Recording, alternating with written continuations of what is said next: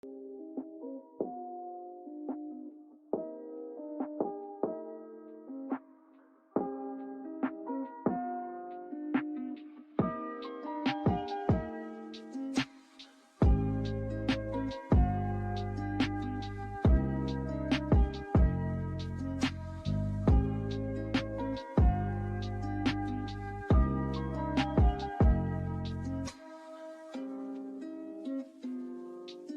evening.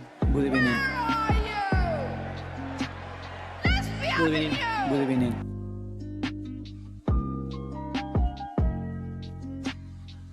Good evening. Good evening.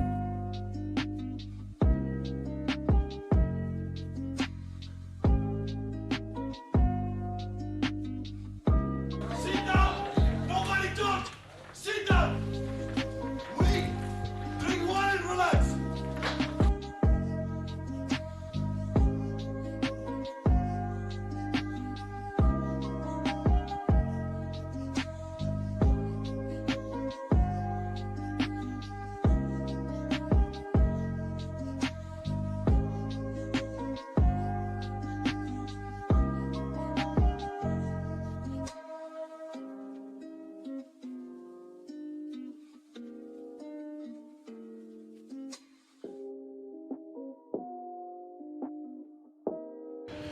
I'm so happy, believe me. I'm so happy. Happy New Year.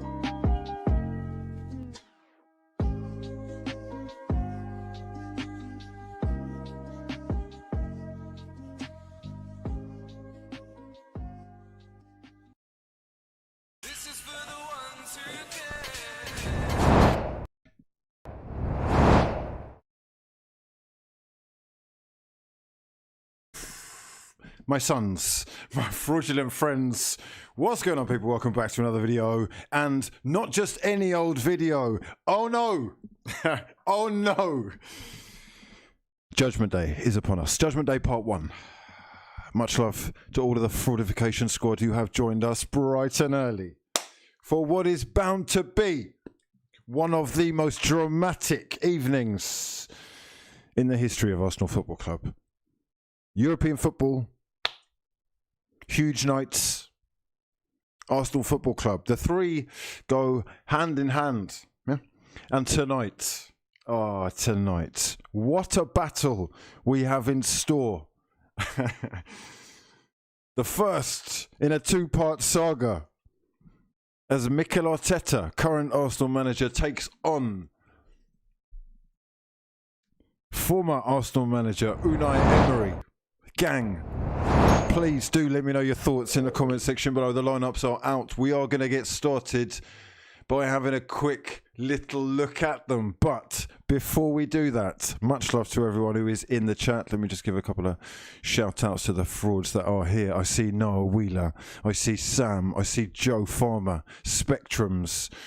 Who else have we got? Guna SG, Eunice, Chris Quinn. This is indeed perhaps bigger than the final, but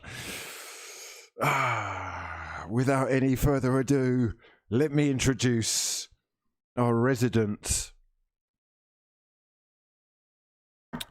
guest, Mr. Tom Canton from Guna Talk TV. My son, my actual son. How are we? Yeah, we're good.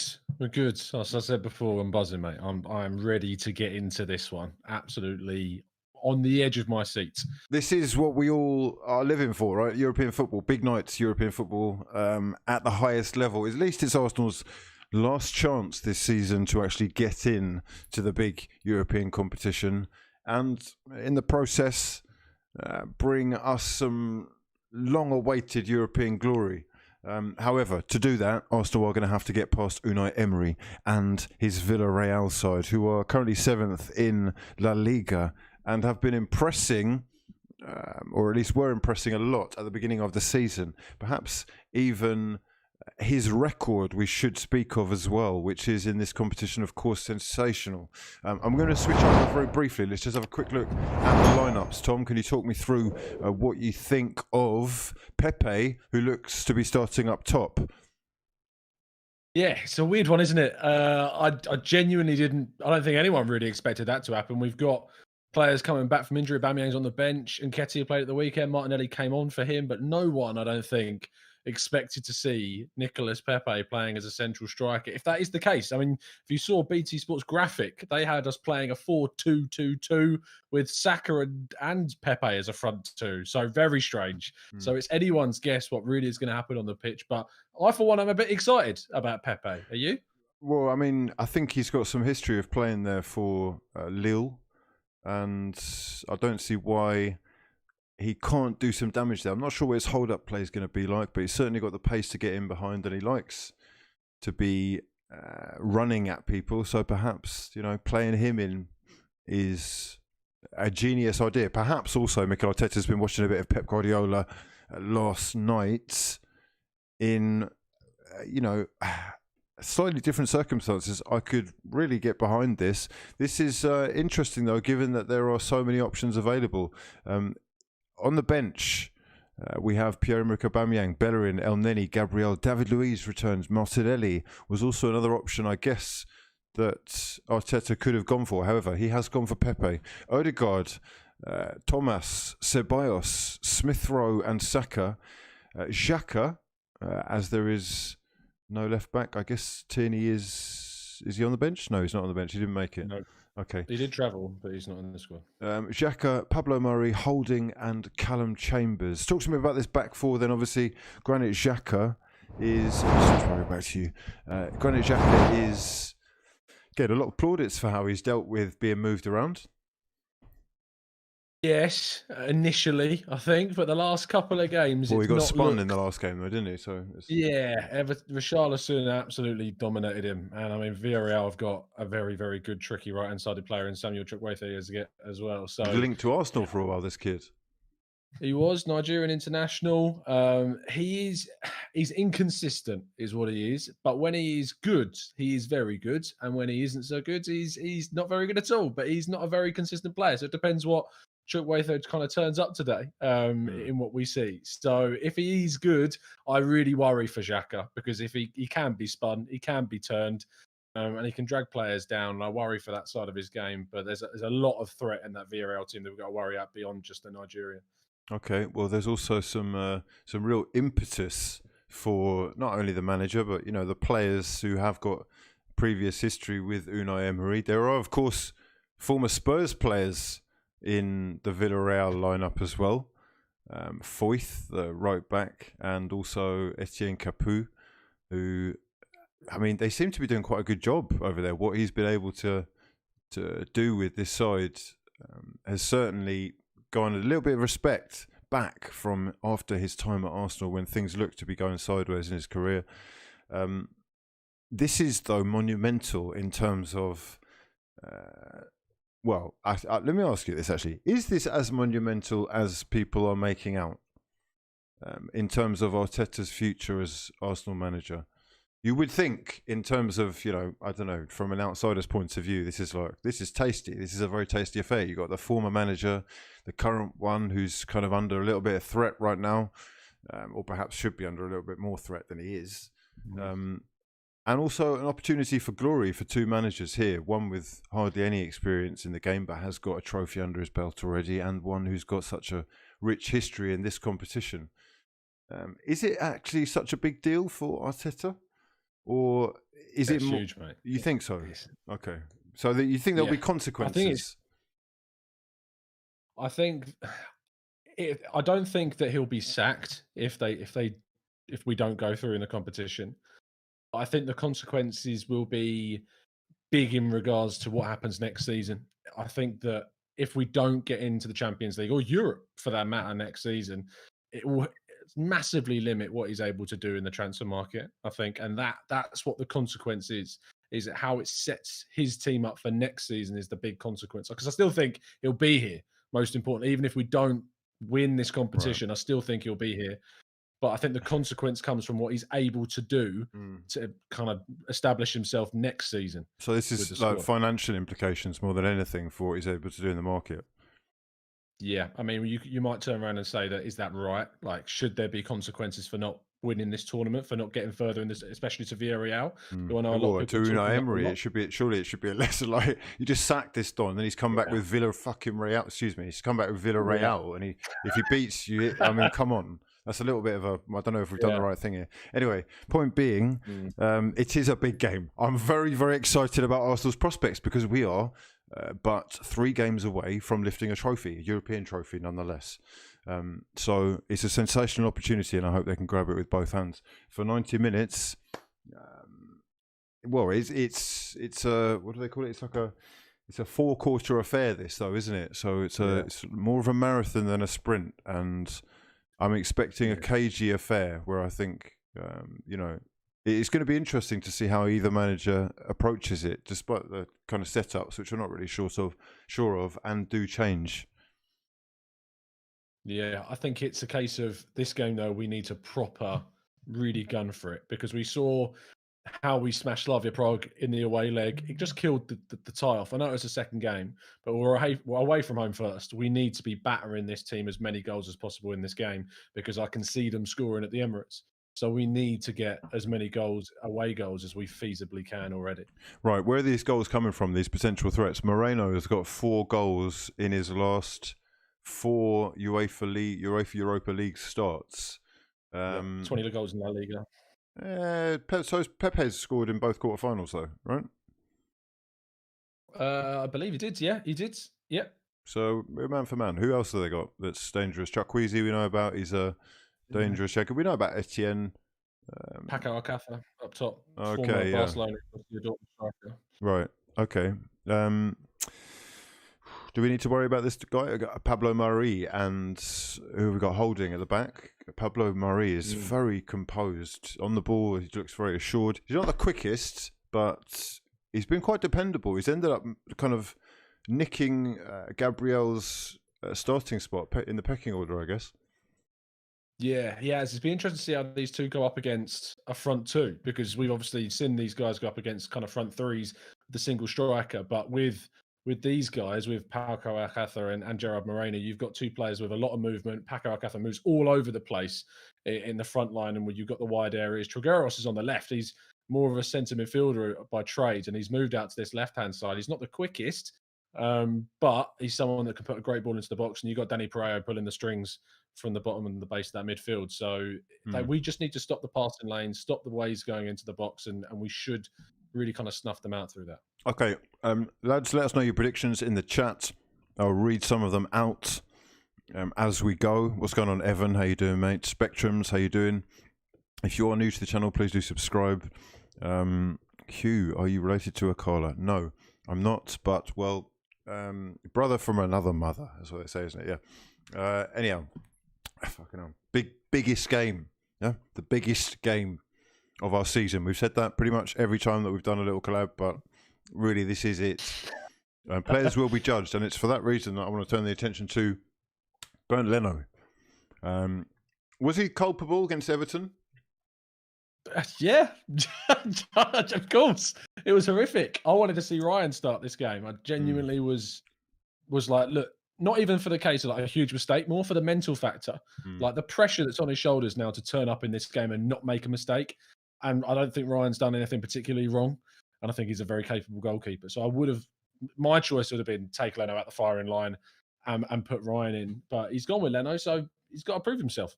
All right, let us know your thoughts in the comment section below. Who should have started? Regardless, Leno, on his day, is a top shot stopper. He's just not that comfortable on the ball. It looks like he's a little bit panicky as well. Maybe it is that lack of confidence, but I thought he was quite unlucky, to be honest. It was just kind of drilled in, and he did the sort of cricket stance where you stop the ball going between your legs, but, he couldn't get his leg down soon enough. But, it is becoming a common occurrence, and I wouldn't be too surprised if Arsenal were either to dip into the market again, or just if one of the ones that we'd already signed would take his place. Okay, we've got some predictions coming in left, right, and centre. First things first, VQV, much love for getting involved, my son. He says Emery beating Arsenal is the funniest timeline. I mean, that's what people really want, isn't it? It's quite sad. The club are the beck and call of the internet. We are the first person to put a foot wrong tonight is going to get memed up. I just hope that we can come out on top of this, because on top of this Villarreal side, because for Arteta's sake, for Arsenal's sake, we need it. Like you said, financially, this is crucial. Adrian Fossingen saying, "Good evening, Ole versus Unai in the final." A little prediction for you there. Dick Winters, much love to your mother, Mrs. Winters, one absolute hero she is, heroine she is. He is the newest certified fraud gang member, and he is much appreciated. I'm looking at the Arsenal lineup on the screen right now, and it's got a 3-1-4. What was that? It was like a 3-1-4-1. 3-1-4-1-1. I've gone for a 3. Right? Yeah, 3-1-4-1-1 with 3 centre backs. Saka playing a left back position. I'm sure no one's got a clue what's actually going on. However, Donald McPhee says, "Forgive me, but I think Villarreal have the better of us. They're a united and stable club. We are in disarray." Look, the club's been in disarray recently. We've got talk about all this takeover stuff. We are, though, about to kick off. Villarreal have got the ball on the centre circle right now, dressed in their amarillo, their fluorescent, neon-y, bright yellow, sunshine-coloured kits. Arsenal wearing what's the blue one? Is that the third kit? Yeah, it's the third one. Yeah, Arsenal wearing their third kit, and we've got all the Arsenal players taking the knee, and none of the Villarreal players doing it. Listen, this is another thing. Have you heard the Olympics are banning taking the knee? Oh, wow! It's going to be a punishable offence. Where is it? Where is the Olympics being held? In Japan.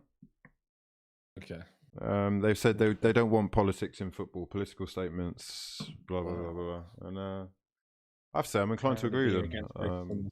But anyway, Arsenal are unified in their little kneeling, and we are underway. I'm not sure that they've got the message in Spain. They don't have the same thing going on in Spain, do they? Well, I mean, there's been some dodgy things going on in Spain recently. I don't know if you saw the Juan Cala, Mukta Diakabi incident recently. Arsenal closing down very nicely. Sorry, Tom, to interrupt you there, but for a second we were pressing very high up the pitch and making inroads on the goalkeeper. Unai Emery's side, of course, will be patient, playing out of the back. It's going to be a battle of play out the backers today. No, tell us what's been going on in Spain, mate.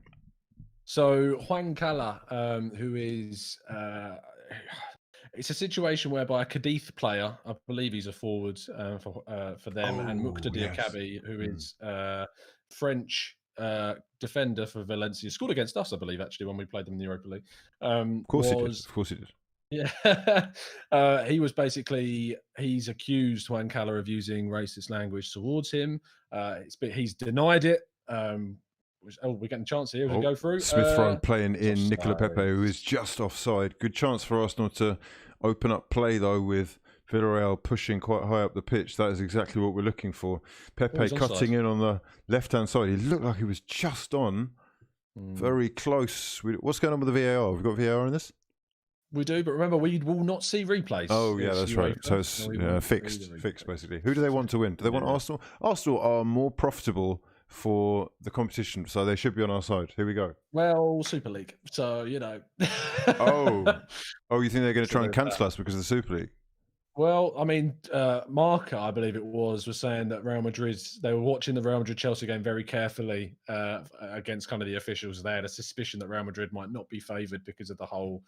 I know that Chelsea were a founding club too, but they pulled out, and Florentino Perez has been very vocal against UEFA. So there's rumours flying about. Is what I say. I mean, it's been fascinating. Arsenal have also, of course, got this newfound interest from the Spotify CEO and founder Daniel Ek, who's been saying that he has got enough money together to put in a bid, and he wants to test the Kroenke's resolve.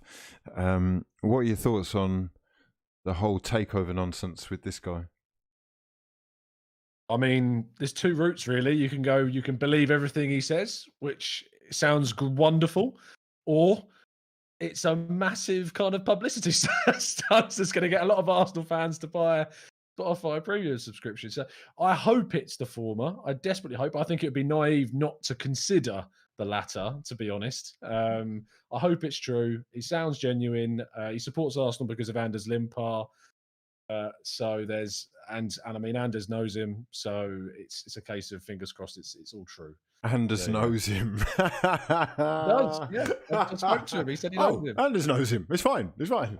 It's fine. He does. Listen, there are some also. Oh, it's a lovely ball from Ceballos into Smith Rowe as Arsenal try to keep a bit of possession here. We've got Martin Odegaard switching play with that beautiful left peg. He doesn't look very central, does he? No, he's on the left wing right now. He's completely on the left wing. So we are playing the City. No, it actually looks like system. Smith Rowe is playing false nine. Oh, Jesus, what are we doing? Oh my good God, what are we doing here? Oh, Leno's passing it around the back. Please get rid of it. He does in the end, but for a second, it looked a little bit tense. Villarreal looking a little bit more intense, first to the 50-50s so far, and apart from that little passage of play we had there with Arsenal trying to keep possession, they look comfortable on the ball. Okay, so you're not taking it seriously, basically, is what you're saying with this Daniel Ek thing. I'll believe it when I see a bid go in and kind of things. Even if a bid does go in, which it probably will, I can't see it happening. I just don't think I don't think Kroenke. Okay, so as Villarreal come forward on the right hand side with former Spurs defender Argentine Foyth over to Chukwueze. Oh, this is beautiful stuff on the left hand side. He's tried to go past both his man. He has, and Villarreal have fucking scored already. I don't fucking believe it. We're 4 minutes in. We're 1-0 down. Oh my good God Almighty. Oh my good God. 5 minutes in. Wow. 5 minutes in. We've not even done anything. We've just arrived. We're 1-0 down. It is that man that you were talking about in midfield. He's pulled the trigger. And Foyth playing it out to Chukwueze on the right hand side, left-footed wonder kid trying to go past Xhaka, and he does easily goes past Ceballos and Xhaka like they're not even there, and the ball kind of falls to Trigueros, who has just pulled that trigger and smashed it bottom corner. 1-0 to Villarreal. Oh fucking hell, this is going to get really tasty, isn't it? We're 5 minutes in, 1-0 down. Let me know your thoughts. Jesus. Yeah, really slow start from Arsenal, and it's just popped up in the box for Trigueros, who's Chukwueze on the right hand side being tricky, couldn't tackle him, and we're kicking it straight out of play. Oh dear, oh dear, oh dear. Oh, it's an uphill battle from here. 1-0 down. However, it is 18 games since either Arsenal or Villarreal were involved in a 0-0. So a goal was to be expected. What we're looking for is more. Oh, Jesus Christ. We're 5 minutes in. How are you feeling about that? Yeah, not great. Not the best start. Right, okay, so anyway, look, as we were saying, let's talk takeover, because my focus is really not on the football, because this is kind of buying into the nonsense. We will focus on the football when it is doing things, but for now, I just want to talk about the takeover. Are you Kroenke out? Are you a Kroenke out guy? 100%. Yeah. 100% Kroenke out. And do you think that it's possible to get this Kroenke family out of the club? Do you think he is temptable? No, I don't. I mean, you have to go down the line of everyone's got their price. So yeah, there's a 1% chance that a stupid bid comes in over the value of what we're worth, and they accept it. But I can't see that coming in. And I mean, unless this Daniel Ek has somehow found a consortium, because he can't even do it. I mean, this guy isn't richer than Stan Kroenke either. He's going to have to find. This is part of the problem. The reason I ask you that, right, is because money doesn't seem to be an issue for Stan Kroenke. I'm not sure that he's actually that interested in money, or at least I know that sounds funny, but he's got so much money, and his family, his wife in particular, stands to inherit so much money that I don't think he would be that impressed with an offer that was even double what this guy's talking about, which is 1.8 million. If you're worth 7 billion, and you get offered 2 more billion to lose an asset, I mean, how much of a difference does it make to you, really? Yeah, A billion, and I think he could just borrow 5 billion off his wife, really, yeah, if he wanted to. Do you know what I mean? I mean, he's a businessman, so he should know if a bid comes in over the value, then you'd say it makes sense to sell. Oh my good God! Well, so far, lads, just to summarise, the football is it's not looking great for Arsenal. We've already we're in the 8th minute, and we've resorted to long balls in search of, I guess, Mikel Arteta. He's doing that thing where we try and smash it down the left-hand side, and then someone cuts in. So far, Unai Emery has Mikel Arteta's number. They look gettable, though. It's a little bit loose what they're doing, isn't it? Yeah, they are open and they are stretched, and you'd hope that maybe we can get them on the counter, but we just need to be better in the ball recoveries and getting it back quicker, because we're allowing them on the ball way too much. They're going to get a chance on this side now. Oh my God! This is coming down the left-hand side again. Oh my God! Cross into the middle. Fuck it out. Bernd Leno. Oh mate, quicker. I don't believe it. United are winning, aren't they? There you go. Manchester United are 1-0 to the good. It is, of course, Bruno Fernandes with the goal. And it looks like Arsenal are letting themselves and the rest of the UK down. We want a British final. We want the English final. We want the all-Prem, old school. The true top dons who both belong in the Champions League. We don't want United against Villarreal. Oh, that's just an easy... Oh, God, they'll win that as well. Yeah. Which makes you feel about how we would deal with it. No, I think we've got more chance of being United because that's what we do. Yeah, we have a good record against them, but still. Oh. The pressure, I mean, if say you get to that final when it's United Arsenal, the pressure is all on Arsenal for that final. All on Arsenal. Because, I mean, United, where they are in the league, their situation. Oh, there's a massive flank. Oh, yeah, did you see that? Yeah, I did. Oh, good God. 1-0 down to Villarreal. It's broken me, that. It's broken me. We're a little bit... Oh, look at the state of this. Yeah, it's a bit down. We need a goal. Lovely. That was very Unai Emery, that was. Straight out from the goalkeeper into the centre mid. First time pass. Takes it down the wing. Chukwueze goes past Xhaka and Ceballos, who are both actually just pointless. What's the point in you being there if you can't put your... Oh, my God. Wow. Incredible. Okay, well, 10 minutes gone. It is a marathon, not a sprint. And Villarreal are giving the ball away back to Arsenal. Dani Ceballos twisting and turning, trying his best to... I mean, what's he doing? I don't know what he's doing there. Okay, he's won himself a free kick there. And Arsenal do have an opportunity to swing one in or create something. Lads, jeez, 1-0 down to Villarreal. Unai Emery. Oh, mate. He could kill the club. He could actually kill the club. Oh, no, he could. Unai Emery could actually kill Arsenal Football Club. He just put the dagger in and twist the knife. Oh, yeah. Well possible. More than possible. I'm sure that would give him so much. This is a perfect opportunity for him to reinstate... Oh, Jesus. To reinstate himself as an elite European manager. Which I don't think... Huh? Sorry, the thing about this team is that we're playing Villarreal is they're a team that don't cope well with fast play, and we're playing so slowly. There's no pressure, there's no full momentum, there's no quick passing. There's that. What is that? Wow. Thomas Partey passing the ball straight out for a throw-in. Callum Chambers not either reading the run or making the run. And so far it's looking kind of dire. I don't really want to give up just yet, of course. No. I mean, obviously a goal is huge. I mean, we need a little bit of something, though. We need a little bit of intensity, like you say, to pick up the pace. Mm-hmm. And we're waiting for our first opportunity of the game. We are in the 13th minute. Who is the captain tonight? Rob Holding, the captain, is he? He is indeed, yeah. What did you make of that? I mean, who else are you going to pick? I don't know, but, I mean, I just find it quite interesting. He was going to be sent on loan to Newcastle 6 months ago. Yeah, now he's now the captain of Arsenal. Oh, go on, Partey. That's a really good interception. Go on. Oh, here we go. Odegaard swings one out to Bukayo Saka, who has man in front of him but we'll cut back onto his left-hand side.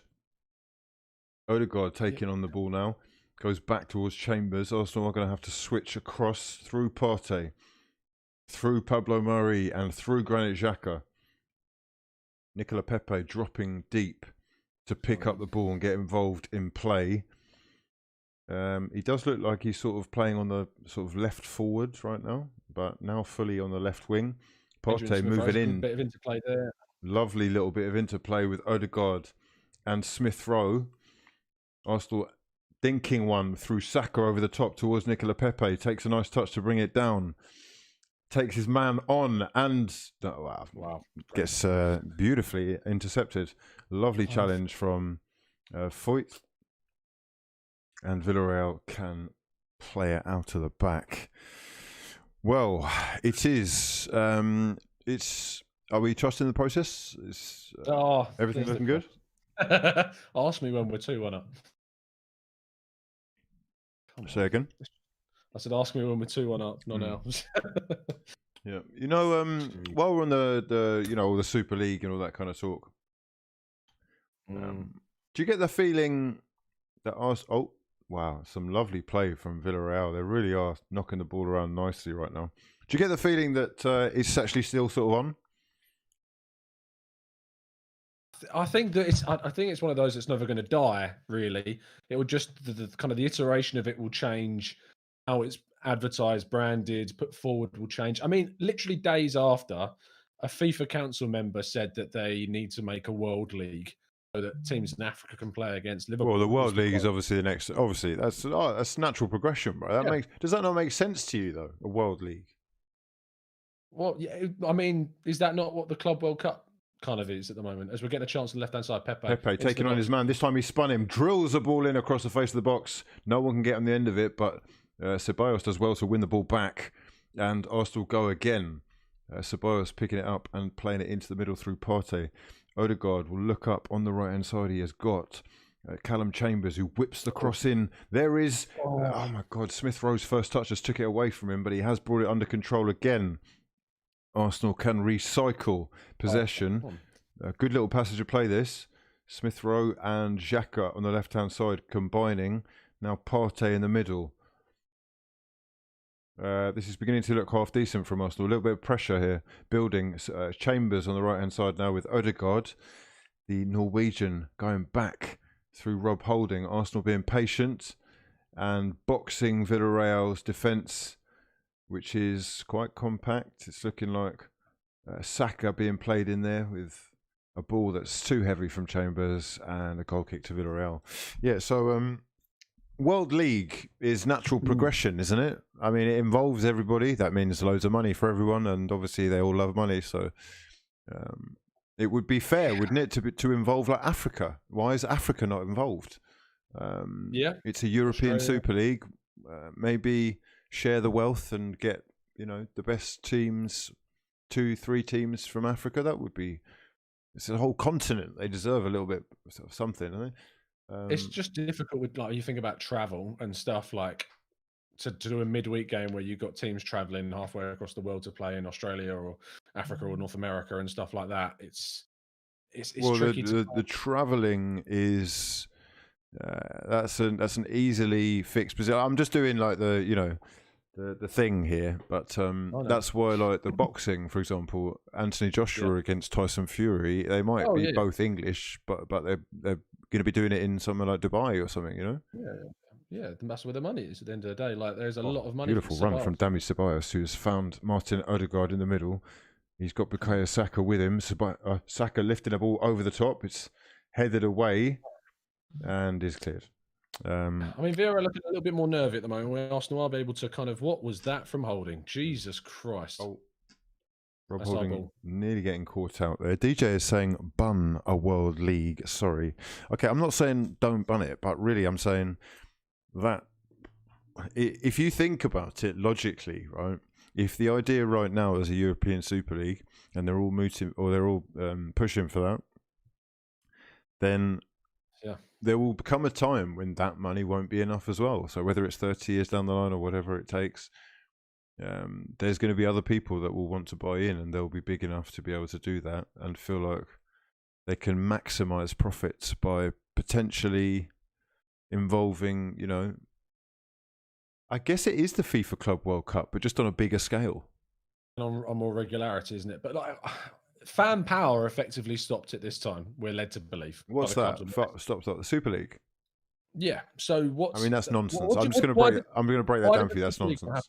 Why did the Super League not happen then? Well, I mean, for Chelsea, it's got a lot to do with. I mean, I don't know whether I can actually say, but you think it's influence from a certain owner's country? Is that what you're saying? Indeed, I think that you'll find that one of the sponsors of the Champions League is the biggest distributor of whatnot in that country, and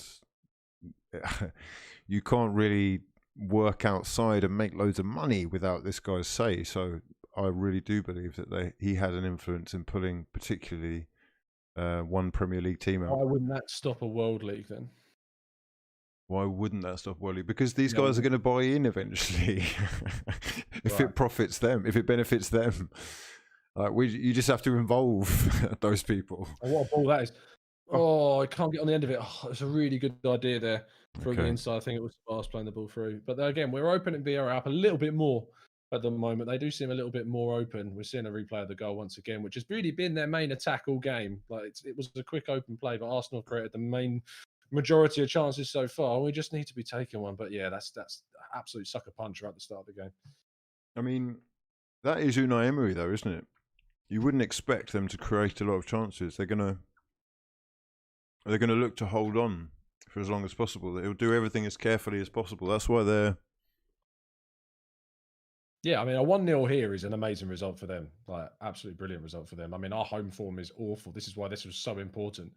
Why we needed to get a result in this game and get a couple of goals. 2 away goals was the minimum I was looking for in this game. So they're really using the right-hand side with Chukwueze right now.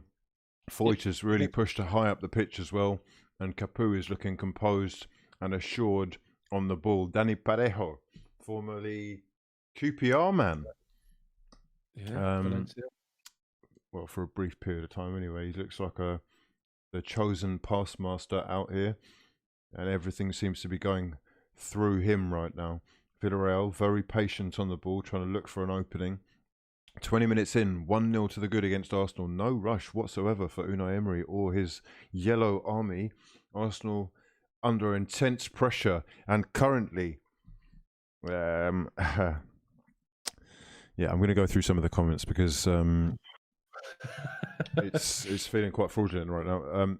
Under pressure right now, Robert Holding, the captain of Arsenal Football Club, clearing. I mean, we are panicking a little bit at the back right now. 21 minutes gone. Villarreal, intense pressure that Arsenal are under, and they can smell blood. They're closing in. They are in the final third right now. Parejo on the ball. Let's go through these comments. Ragav Gahidok says, "Oh my God, what if we lose this?" Fraud FC. Evan McGee says, "Handsome Maguire woke up too ambitious." It's 1-1. Manchester United have conceded a penalty. Wow. Pellegrini has scored and equalised for Roma. I repeat, 1 apiece at Old Trafford. Sensational scenes of unglorious emotion for Manchester United fans. And as we see it, Thomas Partey doing the Lord's work. Corner. Being put under a little bit of pressure there from Moreno. Moreno is their main man, goal scoring wise. Yep. But it's come from elsewhere. Tonight they've got themselves. Is this a throw in or a corner? It looks like a corner. No, it's a corner. It is indeed. My ditties, please God! I don't know what I feel if we went 2-0 down. Bro, I don't know if we've got this. Come on, lads. What are we up to? Here we go. Parejo is going to swing this header in. This corner in, sorry. Cleared, headed clear, and Nicola Pépé finds Odegaard, who can break. Here is Ceballos. Ceballos looking up. Twists past one. A beautiful ball. No, a beautiful ball was necessary for that to work. A beautiful ball, it was not. Yeah, dearie me, that was really bad from Ceballos. This is what we're saying about the decisions to not have Xhaka in the midfield. I really think is a costly one. It's just it's a real shame. I mean, not having these players available has been a big blow to us. Lads. Oh, wait. What? Aubameyang and Lacazette? Is that what you're saying? Tierney. Tierney's such a big thing. Like, we don't have any. Why did he come out and say everyone's available? We said they're in contention, didn't they? I mean, they didn't make. Aubameyang's on the bench because he's apparently can only play about 30 minutes because he's still not fully kind of. Yes, he hasn't got the lungs in him at the moment to play a full 90-minute match. So, He hasn't got Lacazette, the lungs, he said, was in contention, not even in the squad. Balogun's still not in the squad. Nelson and Nketiah on the bench. Willian on the bench. You really don't like Nketiah, do you? I know. I just like. He's not Arsenal quality. I hate it. However, he's all Arsenal have got, mates. Balogun, is he ready, or is that just to secure his future? I think it's. To be honest, I think what they've said to him is, yeah, like I know you want games, but kind of next season's maybe the start of the project with Balogun, which is probably the way they've gone because we've got a couple of players in Lacazette and Nketiah that we've got contract situations to work out. So it's a tough one with how you integrate him and what we do in the summer. Himni Cardoza has made a great point, which is that they see Xhaka as a weakness. Do you think they've really tried to expose Granit Xhaka on the left there? Yeah, 100%. I mean, Tripwayze on that side, really tricky, really good kind of inverted player, can use both feet, and he's on it today, which is annoying. We are going to get a break, though, here. Nice from Arsenal. Swinging it from right to left, Nicola Pépé is going to look up. He's going to see Martin Odegaard in space. Not the best ball, but it does fall to Odegaard, who controls it. Saka has got the ball now. He's swung one. I think he might have been aiming for the far post. A sort of cross-come shot, and it ends up going high and wide for a goal kick. Absolute fraudulence from Bukayo Saka. I'm not sure. I think he's shooting there, isn't he? I think he is shooting, yeah. Yes. Well, it was always going to be difficult, this. We are 1-0 down, and it is looking like Arsenal are under serious pressure. Jesus. What are we going to do here, mate? What are we actually going to do here? I mean, you look it's a big moment to really flip the script with Pépé like this, isn't it? No striker, potentially, or two strikers. I don't know which one we're really using. It's sort of Pépé on the left, Smith Rowe sort of false 90. False 9, yeah. It's weird because he keeps interchanging with Pépé and coming central and Smith Rowe on the left-hand side as well. But we are so limited in options, and it shows you the lack of faith that we've got in Nketiah. Okay, Aubameyang, Willian and Cedric all warming up on the bench, which gives me a little bit of hope that perhaps we will see Aubameyang at some stage. It would be good to get even 15 minutes out of him. Give us something to a focal point up front, if you will. However, for the time being, Arsenal dealing with Villarreal. They're not really threatening that much, if I'm honest. One attempt so far, and it's been a goal. So. That's very, very Arsenal, though, that, isn't it? Yeah, I mean, we've only had one attempt, really. That one, apparently, that was the Saka chance. So it's been really slow and lackluster. It's been one of those games where we've seen so many times this season lacking in intensity. It was kind of the Slavia Prague home game, and we haven't got that intensity that we had in the Slavia Prague away game, which is what we all wanted to see. It is gutting not having a focal point. But Paul Lopez has picked up an injury in the Manchester United Roma game. It looks like goalkeeper. Paul Lopez. Yeah, he is going to be replaced. Or at least he could be replaced. 28th minute. It is 1 apiece at Old Trafford. And Arsenal currently defending for their lives as Villarreal break into the box. Danny Ceballos will clear. He's found Smith Rowe, who's got support from Bukayo Saka on the right-hand side. But Saka is closed down very quickly. Who's that? That's by Alfonso.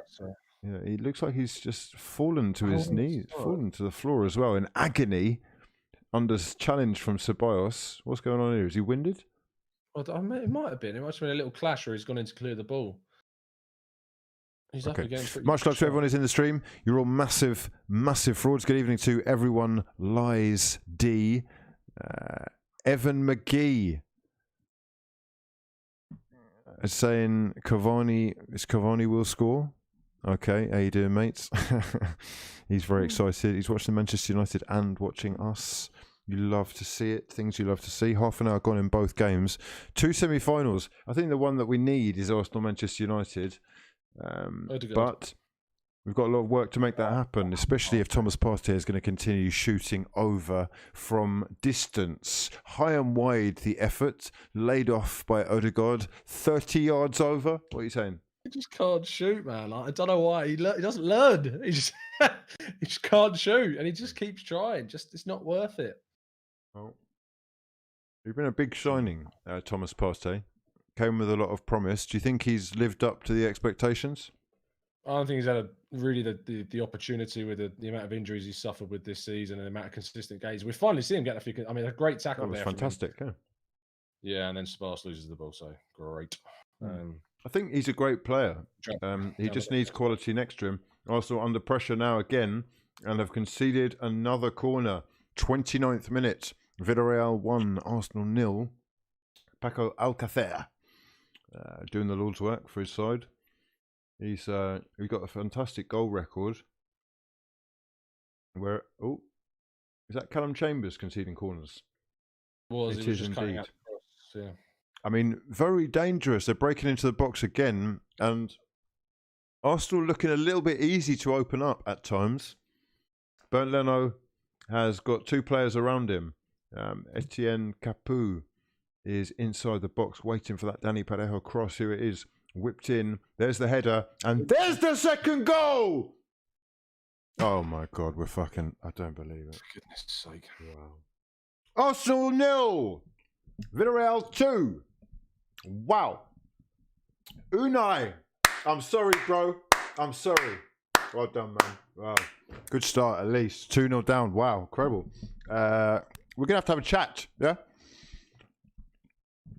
2-0 down to Unai Emery's Villarreal. Certain Arsenal fans are laughing right now. He's miles inside. Have we jumped the gun here, is what the narrative is going to be. Has the club made the right decision? What are the club doing? I mean, is he offside? No, he's not. Oh, God. Just... Massive. There's no intensity. Look at that. It's a set piece. He's flicked it on and he's gone to the far post. Who's on him? Who's on the far post? Who's on him? Albiol. Surely. Centre-back threat. No? I mean, no one even marking him. He went free, clear. He's poked it home, side-footed it. And Bernd Leno, I mean, is there any point in having a goalkeeper? Fucking hell. Just so bad. Awful. 2-0 down. Please do let me know your thoughts in the comment section below. Oh, yeah. What a club. What a club. Fucking club. You love to see it. Do you know what? I love non-Arsenal days. Have you not enjoyed the Champions League? Oh, my God. Have you seen the football? Are you seeing the football? Yeah, Chelsea. Chelsea are playing the big football. Big boy football. Different level, mate. Real Madrid. City. The football. No striker. City. City. Fucking hell. This shocking. They thought they could do that with this squad. Villarreal. Wow. Incredible. Wow. Yeah. So 2-0 down. And oh God. Fucking hell, this club, mate. No, what a club! You love this club, don't you? You love this club. You love this club so much that you are willing to go again. You're going to go again! I know you are! We go again! Transfer window! Get the war chest out! Listen, I'm fucking done with this bollocks. You need to sort it out now. This is it. 3 games away from a European trophy. It's now or never. Yeah? It's just so slow and lacking in intensity. It's like it's lack of care, it's lack of ideas, lack of anything. We've made it easy for them. They're going to get another one. Oh my God. What are we doing? Come on, lads. Not offering anything. Not offering a thing. Really, really, really, really not offering anything at all. What a club. Fucking club. Incredible. I mean, I don't know why this is a surprise anyway, really. Is it a surprise? We're fucking 10th in the league. I genuinely thought we might come with some impetus in this game. I really thought we might have something about us in this game. I really did, but clearly I was wrong. They're on us again. They're on us again. They're on us again. Here we go. Look at this football! Why can my club not fucking do something like that? Put a move together where you lay off your Don and he has a shot. It's like, what? Look at the space. Look at the space. It's free and, I mean, it's a really poor shot. I mean, it's an awful shot, isn't it? But it's only because he's awful that he hasn't scored. Fucking hell, mate. Oh man, this is unreal. Ooh, so, yes, indeed. Manchester United have conceded, and Roma are 2-1 up at Old Trafford. Yeah, Manchester United 1, Roma 2. I repeat, Manchester United 1. Edin Dzeko, former Manchester City man, doing the Lord's work for the Blues by scoring for the Wolves. Are they Wolves? Well, sort of, Romulus. You know what I mean. A new level of fraudulence from our club, says Lenny213. You can say that again. These are new lows. New lows, bro. I mean, it's European Cup semi-final, sort of, isn't it? So it's not a new low, but, it's... We're losing to fucking Unai Emery. We can't afford to do that, bro. We've invested in this. Oh, Nicola Pépé may well be past his man. He may well have been taken down. Pen! Is that a pen? I think there's going to be a handball. Is that a pen? That's a pen. He's given a pen, but I think Pépé handballs in the build-up. He's given a pen, and oh no, they're going to do handball. They played on. Nicola Pépé may well have controlled the ball with his arm. The referee is currently...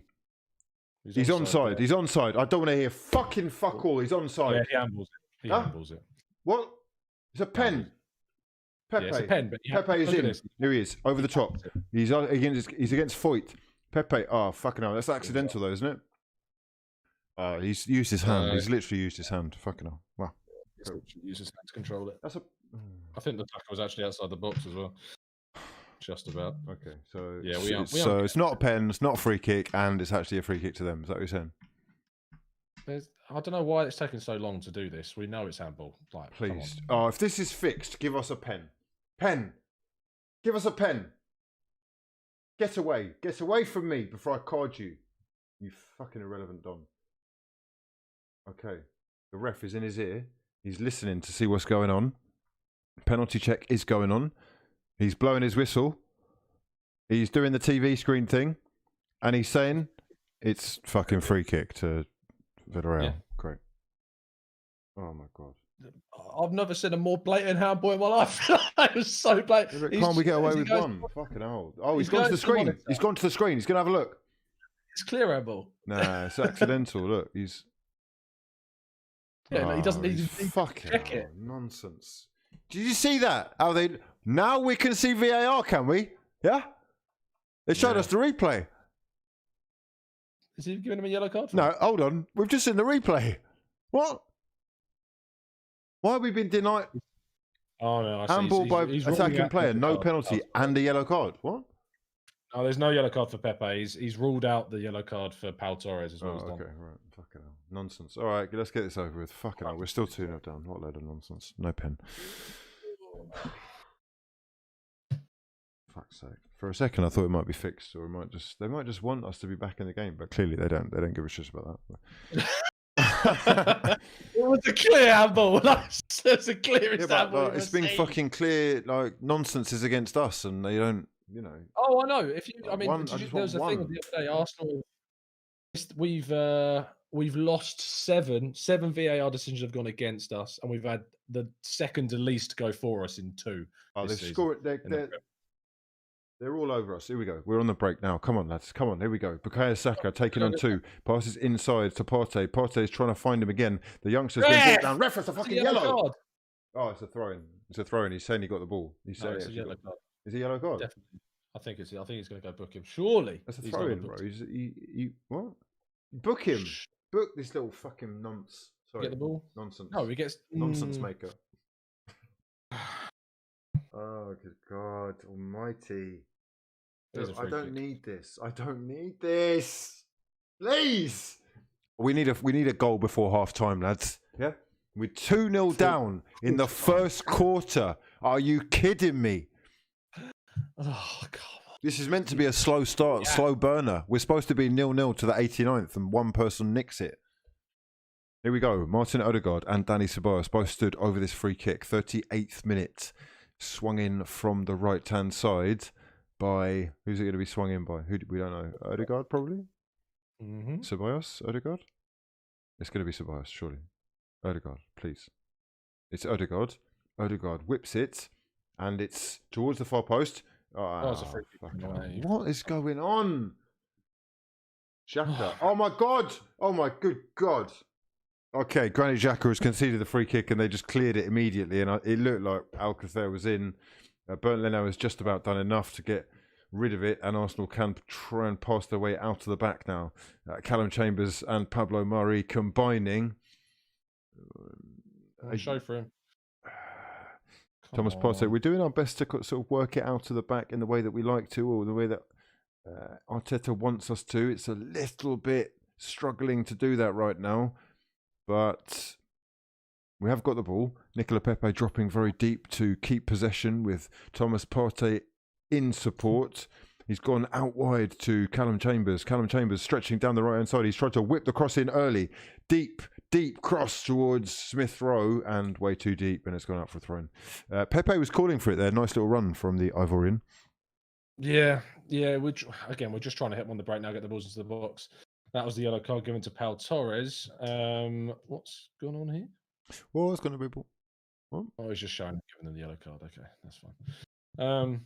Oh, wow. So basically, we are a fucking dead football club. Is that what you're saying? We are no Europe. No Europe. Is this good? This is good, isn't it? No European football for Arsenal. You don't deserve European football. You're fucking having a laugh. What are you talking about? Of course we don't. Huh? I'll take it, though. Arsenal in the Champions League. Oh, yeah, it's a pipe dream. Forget it. 2-0 down. 40th minute, Unai Emery actually laughing inside. You know when you're laughing your head off, but you can't laugh. It's like that. Yeah. Really sad scenes for Arsenal Football Club, who've actually fallen incredibly swiftly from profitability and security, and actually relevance to mid-table mediocrity and total irrelevance, and we're in the red now. We're not making money anymore. We're actually losing. We're hemorrhaging money. You know, leaking. Yeah. So, given that at its current state, we don't look like we're going to have any European football, and financially, that the implications that could have could be so destructive in terms of Arsenal making any progress, which the club are looking to do. And given that you said that Kroenke is probably not going to want to sell because he doesn't really care about money because he's got so much of it, does that not mean that we are monumentally fucked? I mean, effectively, eloquently well put. Yes, we will be, unless there's any form of serious investment this summer. We are screwed. Is there any evidence to suggest that there will be serious financial investment during the summer? If you believe them, do you believe them? If I believe who? The Athletic? To invest. Big plans. Where are you hearing this from? Stan himself? Josh. Or? Josh. Josh, yeah. Okay, he had big... Listen, mate. Listen. It was... What was it? Was it last season? A season before? It was a season before. No, I can't even remember. Be excited. Yeah, I would say be excited. I've heard this all before, and these Dons have been in full control of the club. Majority ownership since what? 2011? Was it 2011? Yeah, majority ownership. Yeah, something like that. Oh, go on. Ball into the box. Ball into the box. Headed down by by Rob Holding. Sorry, and headed wide. Yeah, full control, and full control was it for 3 years? Full ownership. He's had full control for 3 years, yeah. Okay, well, fucking hell, that's even better. I was going to say that we've been in steady decline since they've even got on board and had majority ownership, but since they've had full ownership, we've been sliding. It's like it's a landslide. The house is on the, those houses that are on the top of the cliff next to the sea. Yeah, the house is now, it's like at the bottom, it's on the beach. We're on the beach. We're looking up like we used to be up there. What the fuck's happening here? Falling behind. Oh my god. Oh, we can't get to the ball. Jesus Christ. That is very lucky. Nearly 3 very, very lucky. So yeah, they've overseen the real decline of our football club. So yeah, I'm not really convinced that they know what they're doing, if I'm honest, because they've sort of fast-tracked it since they've had 100% ownership. Fast-tracked the downward spiral. I mean, it's arguably the recruitment. We've spent tons of money, haven't we? We've spent so much money on transfers. £561 million between 2015 and 2019 when they were in control. Spent awfully, and just watched our team get worse. I do think it's important though to really kind of especially to let people know that aren't aware, that is the club's money, right? That is the club. The club's money that the club have earned and have a right to spend. It's nothing to do with input from Kroenke. There's no investment from Kroenke.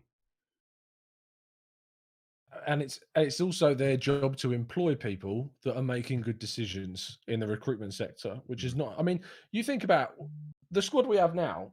It's not a better squad than when we had, say, Alexis Sanchez, Santi Cazorla, Aaron Ramsey, Mesut Ozil at the top of their game. We've gone backwards. Like the squad depth, the squad quality's gone backwards. Somehow we've spent all this money and we've got a worse team. It staggers me how we've got to this situation. So, do you have any faith that this is going to be fixed? These guys, he's talking a good game again. It's PR spin. Arsenal really are under pressure here, and it looks like. Is that Granit Xhaka? I think it was it Ceballos or Xhaka? Ceballos. It's Danny Ceballos chasing down his man and bringing him down, making the referee's decision very easy. A yellow card for Danny Ceballos. Danny Ceballos is a classic example of the fraudulence that I feel like I've been sold, the way I've been manipulated as a fan. Second-class bits is what we've been given, handouts, hand-me-downs, like your big brother's clothes. I don't really want that one. Yeah, you have that one. It's 12 years old. I don't really, I might buy it in a bit. I don't know. I'm not convinced that these guys are serious or know what they're doing. So, it really does not surprise me. For example, to see, and you'll know this because you're writing about this type of thing all the time. Villarreal do have a free kick here. I'll just talk about this for a second. 45th minute of the game. It's a long-range effort. It looks like we've got Alcacer on the ball. He takes a long-range strike. It's straight at Bernd Leno, who brings it under control and will clear. Yeah. Granit Xhaka on the turn. Arsenal on the break. Danny Ceballos again. Switching play. And we are into the first and only minute. The first and last minute of added time in this first half. What is a fucking hell? What is that? Jesus Christ. There doesn't seem to be a lot of communication going on between a few of the lads that are out there. Some of the passes are going astray. Thomas Partey, again, just passing out to one of the players who's... Is he warming up on the sidelines? Free throwing. Should be someone there. That's the problem. There's no understanding. There's no synergy at the moment. Like at all, it's just he passes out there because there should be someone there. There should be. As I was saying, you write a lot about football, and you're going to hear a lot of the stuff that's happening. Have you noticed that there is a real push for positivity and trusting the Kroenkes? Have you noticed that? There is, of course, talk about transfers and what Arsenal need to be doing going forward. Or have you noticed any kind of different energy from usual with the news that is coming out of the club or the soundboards? Not really. Like I've only seen the only. Well, because you're saying we would need the best transfer window in our history to turn this around. Yeah. Well, I saw an article today, I think, for the Athletic posted saying our pivotal summer, like Arsenal's pivotal summer window with the Kroenkes or be it with Daniel Ek, like who is. So it's all about kind of what's going to happen in the summer, or war chests, or how much is going to be spent, or like transfer. To be fair, I haven't seen loads of links. Have you heard someone use the thing war chest? I saw one outlet say, like, based upon Josh's words about a big plans to invest, that a war chest would be made available for Arsenal. Do me a favor. Please send me that article. Yeah, I'll find it. War chests. We have a history of being linked with war chests, ironically enough, because those war chests are supposed to be spent on the players that we're linked with. I'm not sure they've linked the two. No. It's fascinating to see. Anyway, half time in this. I'll be back in a second. You do your thing, mate. Half time in this one. It is Villarreal 2. Arsenal SA 0. Incredible. Didn't think it would be like this, I'm not going to lie. However, here we are. My friends, let me know your thoughts in the comment section. Arsenal 2-0 down. Manchester United 2-1 down. It's not going very well for the English clubs.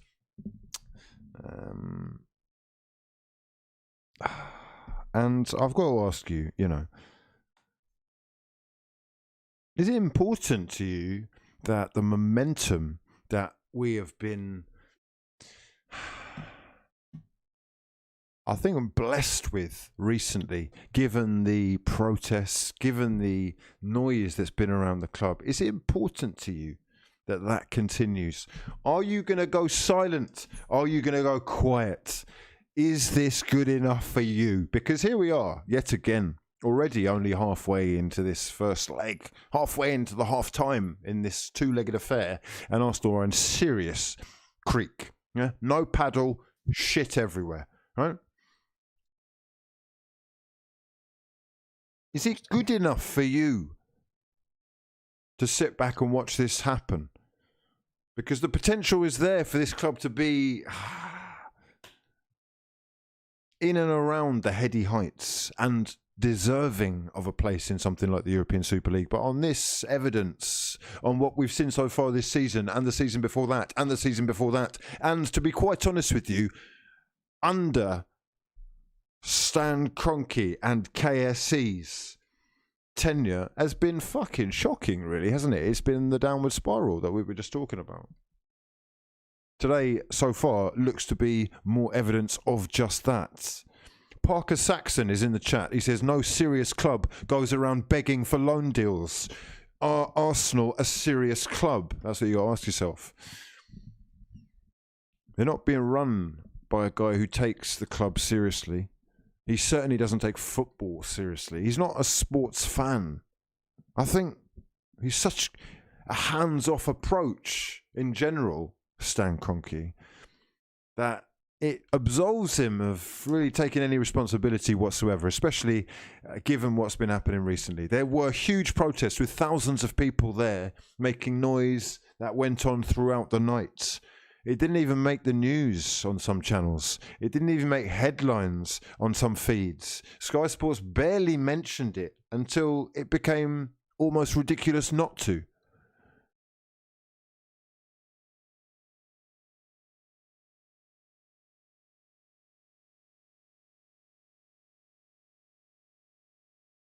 It's sad scenes. It's very sad scenes so far.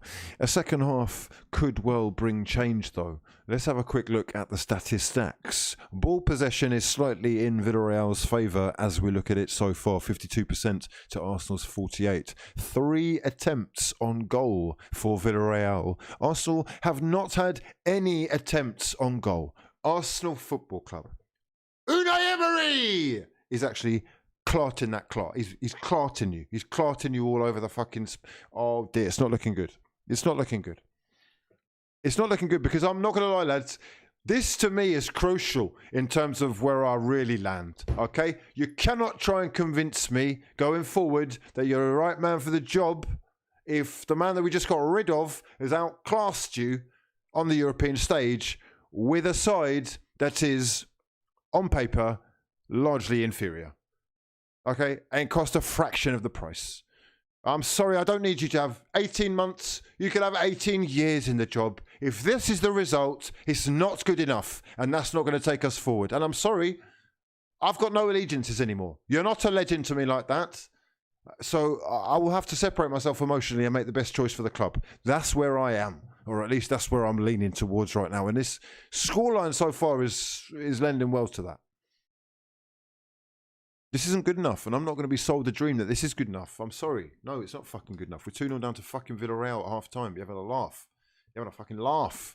Lots of work to do, and I trust that they can fix up because they can do better than this. But, Jesus. They don't make it easy, Arsenal, do they? They do not make it easy at all. 2 corners for Villarreal, none for Arsenal. Just the one offside, and that was in the first minute. It's looking bleak. It's looking dire. It's looking Danny Dyer. Get yourself a drink. That's what I suggest. Get yourself a drink, yeah? Because we're going in. 45 minutes! I want to see some fucking energy. I want to see some blood! I want to see some tears, yeah? I want to see some fucking cards if I need them. I need to see something from these fucking frauds. I've had enough of getting dominated and played around by wow, incredible scenes. Good evening. Good evening. Nick Cook saying, let's be honest with ourselves. The process we've been asked to trust for all this time was the Super League. They actually thought we wanted to be spoon-fed. How out of touch can you be?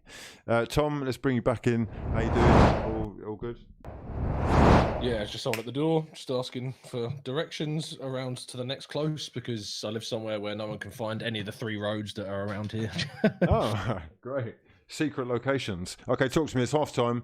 Yeah. We're looking currently at Chukwueze's scoop turn, getting his way past Granit Xhaka and Dani Ceballos, and the ball kind of falling to Tregaris, who smashed it home to make it 1-0, and then Raul Albiol heading home at the far post from that Parejo corner, which was flicked on so beautifully into his path. No one picking him up at the far post. Tapped home to make it 2-0, and that's where we stand. Unai Emery 2, Mikel Arteta 0.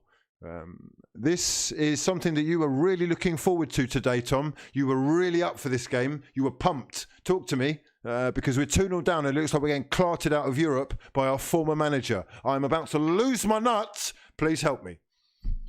Can't, mate, unless it's nothing I can say at the moment. It's been utterly shocking.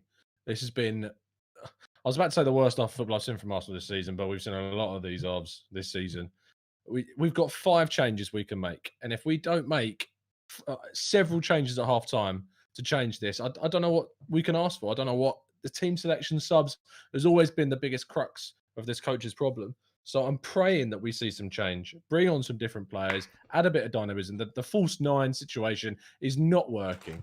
It's just, we're not Man City. We've not got Kevin De Bruyne. We've got the Croydon De Bruyne, but he's still a blooming way off Kevin.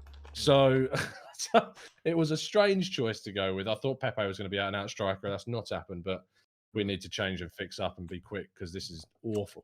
Awful. Are you, Arteta? Is this working for you?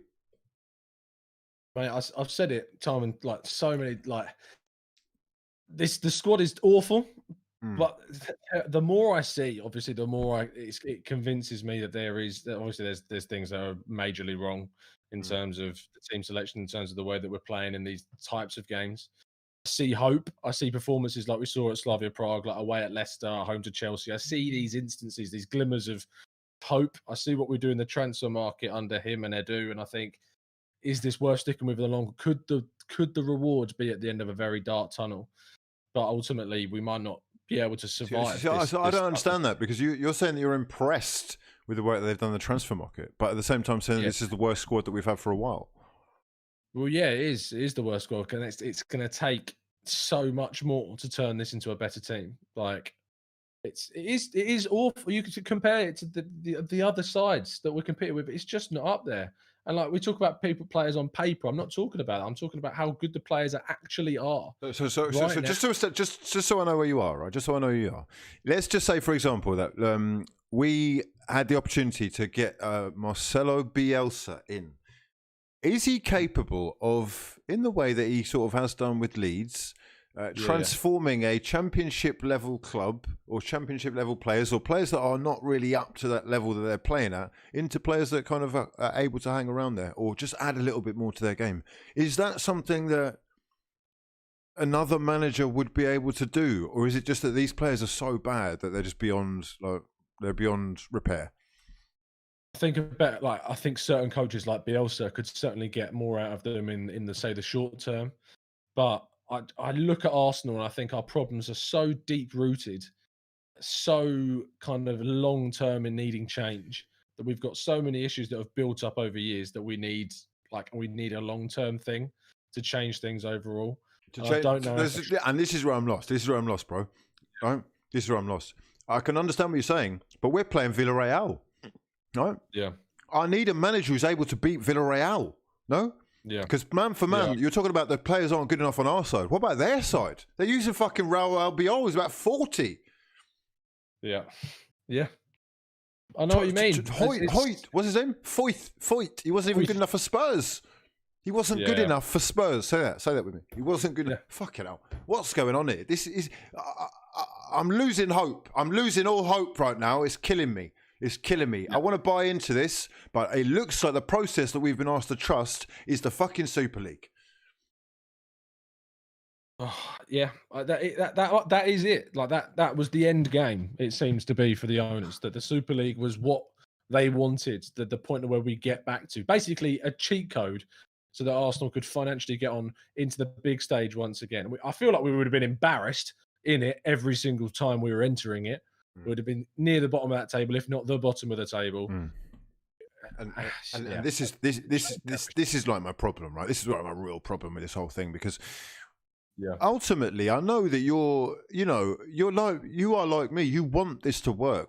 This is our man. He's the face of the club. We want the one who's representing it's an illustrious job, highly sought after, extremely well paid. You should be glorified and whatnot. The history that the shoes you're stepping into, it's all beautiful, big, and unfortunately, at the same time, I really do feel like that should come with its own pointers as to who is to blame when that doesn't go right.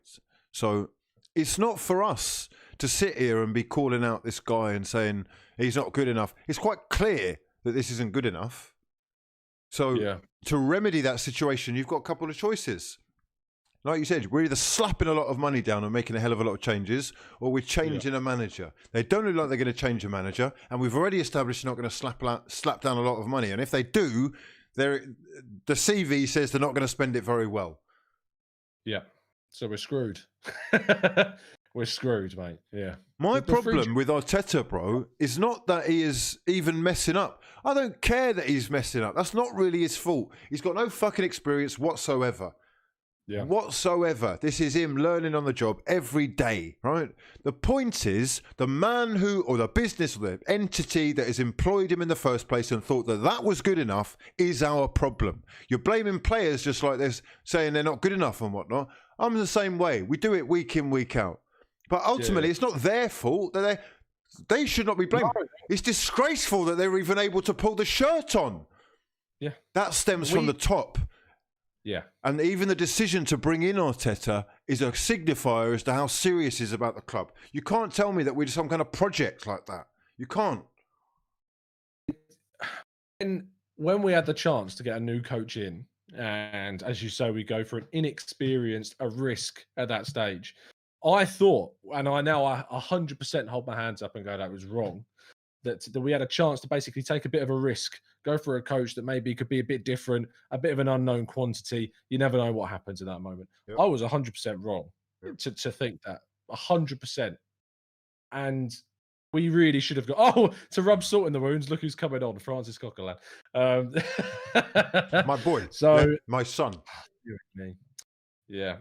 Paco Alcácer. So they're going for the 2-0 hold. Is what big boy. You see what he did? He left the fraudulence and he went for Champions League football. He's played Champions League football a couple of times. Yeah. Yeah. If we've not made a change at half time, that's criminal. Oh, Santi and Cazorla. Oh, mate.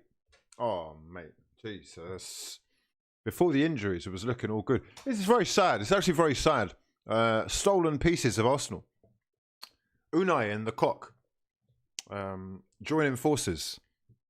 However, 45 minutes, another effort, another opportunity for Arsenal to go again. 2-0 down. We don't lose hope, though. We're going to go again, okay? We're making changes. We are underway. If you do want to join along, it is... Yeah, it's exactly on point. That is beautiful scenes. There you go. Second half emotion.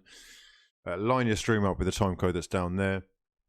Okay, Tom, are you confident that we can pull this back? 45 minutes of pain, 2-0 down. Have we got the goals in? Have we got the goals in us? Forever the optimist, mate. Forever the optimist. There's players that can score goals on the pitch. It's just if they do it. That's it, mate. Is it- It's just if they do. Do you think he's made any changes, or is it just go again, lads? He's not made any changes, and I tell you what, Ceballos is lucky not to get a second yellow Oh my fucking for that. Danny Ceballos going late in with a challenge on Raul Albiol, I believe. Was it Albiol? Biggest fraud out right now, You Danny want a yellow Ceballos. Risky that, wasn't it? Yeah, you can. He's clear through. He's getting there first. You're late, and you leave your leg in high on his shin. He's very lucky the ref's not gone to his pocket there. Very lucky. It's a yellow card if he's not on a yellow. You'd see a yellow given for that if he's not on a yellow. Oh yeah, 100%. That's going to be his last one. Tom Snack says, how can he trust this defence and send Saliba, a world-class talent, on loan? This manager is done. Saliba would have done a better job in this one. Listen, I meant to pick your brains about this, but whilst we're in the final third, let's just switch over. Odegaard, nice little Cruyff turn of sorts. What was that? It's a Ronaldo chop even. Partey slams one in to Saka, who struggles to get past this sea of yellow around him, and Arsenal are going to have to go again. Saliba, is it true that Zinedine Zidane has been looking at William Saliba?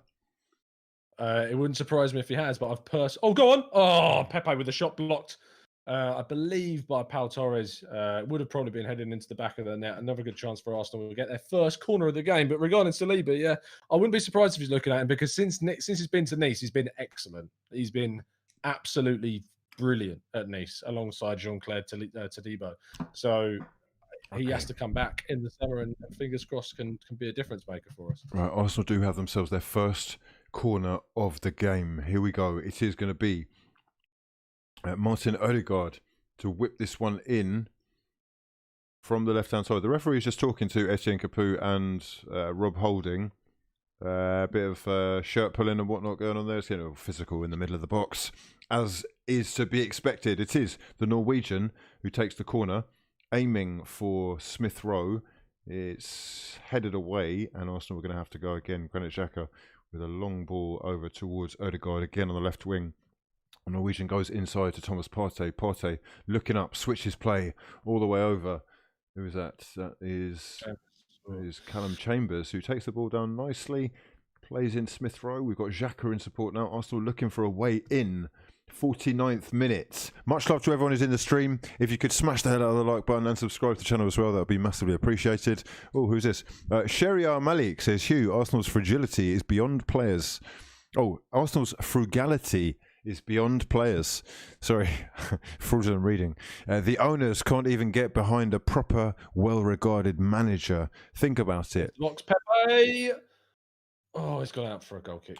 He says, think about it. After Wenger, we thought Allegri was in. Instead, we got Emery. Absolute joke. Okay, well, Allegri wants Champions League football. He wants a big budget. He wants to win the Champions League after taking Juventus so close a couple of times and failing. So I guess Arsenal was out of the question, really, for Allegri, wasn't it? Yeah, I don't know why. I mean, I feel like people sometimes put Arsenal on a pedestal that they're just not on at the moment for certain players and coaches. I really do. I get that people's standards want to be up here, but that's just not where we're at. And getting an Allegri would be great. I mean, people turn around and say, well, Everton got Ancelotti, which is a completely fair argument. Pepe's going to get a chance, as you know. We're going to see Ceballos on the left-hand side. I just don't think Allegri would have wanted to come to a non-Champions League club at this stage. Yeah, but if you've got aspirations of being a Champions League club, then you get a manager and convince them that that is the project, no? Yeah, true, but historically, as we've talked about, the executives of the club have recruited pretty darn poorly, especially during that period. So essentially, right, what we're saying, given... I mean, we're a long way from finished here, but we're 2-0 down. A long way from finished, but 2-0 down. But essentially, it sounds a little bit like we just have to accept, as Arsenal fans, that we're not going to be part of the elite for the foreseeable future. I don't think we do, and that's why we're doing the protest that we're doing.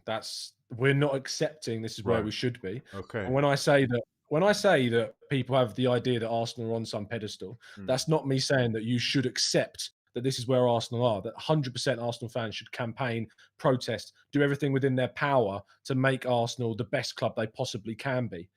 Make But Arsenal the great reality again. is right now. Yeah. Well, God. The reality of the situation is that right now at this moment, getting an Allegri is like it's just just couldn't What see they're, it what happen. they're saying is it's not so much about Allegri. It's just about your intentions. You're not Yeah, of serious course. about being a big club because you're employing a guy who's never had a job before, and you're turning down guys who want to be champions. If you've got a Champions League winner there, or a guy that wants to be a Champions League winner, unemployed, and you're not taking the chance or risking it for a biscuit, then you're not serious, are you? Vertigo on the outside of the box here. Oh, I can't squeeze the It's ball like you're a through. project. Do you know what I mean? You're a try as you Is the buy. box- Oh, cleared away on the back line. I'm going to get back to what you're saying in just a second. I was just waiting for this to play out. We've given a fallow in the middle of the box. Yeah. We need to have a drastic changes. And that's why I originally and still in part have that trust in that kind of recruitment change, because I looked at Partey and I was like, right, that's the direction that we need to go in. That's the type of class player that we need to be consistently signing. Who's that? And so that's why Thomas Partey. Yeah, Thomas Partey. Yeah. Yeah. You look, was a top class player when we signed him. Would get into any of the other teams' midfields in the Premier League. That's the way I looked at it at that moment. That's the type of sign that we needed to make. But we did that. But then there was shades of the old way of Willian, like we've seen with Cedric and Louise and Welbeck, and signing cast-offs of our rivals. And that's what we had to desperately stop doing. And we didn't do that because we went and got Willian. Can I just say we are officially playing Smith Rowe in a false nine, right? This is Smith Rowe is basically up front for us, so. Yeah. And I mean, I don't discount the fact that this season we have had some incredibly awful luck, but it's a 38 game Premier League season, and It's not luck. It's not luck. It's not luck. You can see it from the performance here. It's tepid and it's amateurish, and there's no drive, there's no idea, and there's just no consistency, because we've seen it's got potential. This team's got potential. Man United have equalised. Unbelievable scenes as Edinson Cavani sauce. Yeah, what a combination those two are. Edinson Cavani with the assist and Bruno with the first goal and the second, the equaliser, to make it 2-2. Assisted by Bruno and finished by Cavani. Wow, 2-2. Fucking hell, what a life, Manchester United fans. A roller coaster of emotions they're being put on, but they're in the game. More in the game than Arsenal are, anyway. Can we please score a goal? Fucking hell. Nicola Pépé gets to the ball first. Arsenal really are just, what are we doing? Running around like blue-ass flies. Absolute fraudulence. It's been better this start of the second half, to be fair. Villarreal haven't offered anything so far, touch wood, but again, it's that final ball. There's no cutting edge, there's no speed, there's no tenacity about what we're doing. It's just come on, just quick a bit of build-up play. That's fine. We're in the final third, though. I like this. Smith Rowe has got Chambers outside him. Odegaard is there as well. Dinks across in towards the far post. Pépé is there. Heads it down first time. Perhaps could have brought it under control. Arsenal do, however, win a throw-in deep in Villarreal territory. 55th minute, 2-0 down. Let us know your thoughts in the comment section below. Taylor Scott says, wouldn't say you aren't serious with a new manager. They work as proven. Guardiola, Zidane, Gerrard, Howe, etc. It works. You just have to back them. Smith Rowe, that's incredible. Smith Rowe doing the Lord's work down the left-hand side, and is that a corner? No, he's unlucky there, but he did incredibly well to get past a couple of players. Okay, I think that is the problem, though. Taylor Scott with a good point, that if backed, managers will be successful, can be successful. Will Mikel Arteta be backed in the market sufficiently? Adi Onilere says, if Kroenke said he doesn't want to win trophies, how would any serious person have faith in Arsenal? No big managers, no big players. It's hopeless. What are your thoughts on that one? Yeah, it kind of builds upon that point that we've talked about. It's just until the mindset of the team changes, we're trying to do a bit of interplay on the edge of the box there. We can't, and then Villarreal are going to get a chance to break here. On our right hand side with Chukwueze. Oh my God, Chukwueze! Look at Xhaka looking around for help. Nicola Pépé does come back to help him, and brilliant play from Nicola Pépé to win the ball back. However, Chukwueze doesn't give up that easily, and he's won the ball back himself. Brilliant play from the Nigerian there. Nicola Pépé doing the Lord's work as well, helping Xhaka out, because Xhaka really was under a lot of pressure there, desperately looking around and in acres of space, ready to be pounced on by the young winger. JP saying Arsenal should try and snatch Thomas Tuchel. Yeah.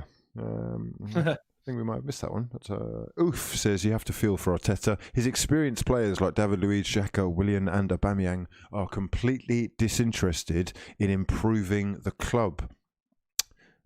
Any thoughts on that one? Disinterested in improving the club? Do you think that's fair? Who is?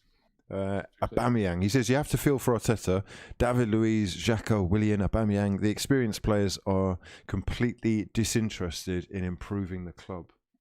Oh, it's a big shot. I mean, David Luiz has been our best centre back this second half of the season, so I don't know about that. But the senior players have let us down. That's pure facts this season. They've utterly not. How is he given? Oh, Ceballos is off. Oh, see you later. what the fuck have you done? No! Oh my God! Be on. He got the ball! Let's have a look at this. Let's have a look. I need VAR. Can they do VAR on that? They can, can't they? They should be able to, yeah. That's clear and obvious. Ceballos won't leave the pitch. He won't leave the pitch, and he is. Oh fucking hell! I don't Look, Partey. Why is he? What did Partey do? You had all the Villarreal players surrounding the ref when the penalty was given against them, and he was given nothing. He's doing VAR in his ear. You can tell there will be a check, but Danny Ceballos has been sent off. And Arsenal are down to 10 men. I mean, you couldn't fucking write this. Yeah. Down to 10 men. Unai Emery has got this one in the bag. Wow. He's just going to defend. I've seen Villa. Oh. Hold on. I mean, he's just running. He stepped on his foot. It's not for that. It's not for that, is it? Yeah, that's what it's for. That's what it's for. Oh my God. Oh my days. He stepped on his foot. It's unreal, man. So he stamped on him and it's a finish. I mean, where does he put his foot, man? There's no VAR. Are they going to fucking start the game again, or are they going to go to VAR? Come on, man. Don't be ridiculous. That is one of the most ridiculous decisions I've ever seen. He's running. He's running. Yeah, he's running. There's no... He's asking the officials to look at it. He's being sent away from the sidelines, and he's now being escorted, it looks like, by security. Danny Ceballos is being told that he needs to leave the building, and they've started play. They've played on. I don't believe it. We're fucked. He fucked it. He's fucked it! He shouldn't even be on the pitch. He shouldn't have been on the pitch at the start. He shouldn't have been on the pitch at the start of the second half at all. As soon as he made that tackle and got away with it, he should have been subbed off straight away. It's amateurish, awful decision-making from Arteta not to take him off. I don't care if it's not a yellow card. I don't care if it's not worthy of a second yellow. He shouldn't not have been on the pitch for that to happen. It should have been. Oh, it's just amateur. Really amateur. Well done, Unai. He's doing the job, man. He's getting the job done. Wow. Yeah. Incredible. Unbelievable. What an experience. What a humbling experience. I guess Arsenal, what do we do? Do we throw hell to the pedal to the metal right now? Or are we... Oh my Lord. Oh, that's not a free kick though. That's not a free kick. No, that's not a free kick. Wow. Of course. Oh, we're in the mud. Oh wow, we're in the mud. We're actually in the mud. Jesus Christ, help me. Okay, 2-0 down and down to 10 men currently with half an hour left to go in this one. Please do let me know your thoughts in the comment section. Are you enjoying this game as much as I am? Do you trust the process? How good is your evening? Really going, fucking hell. Arteta, you're saying that you think that this can carry on then, yeah? That we should trust that he's the right man and that he can take us forward if he's backed, right? What do we do with no European football, bro? Financially, the club is going to be in a fucking mess. We're in a mess already.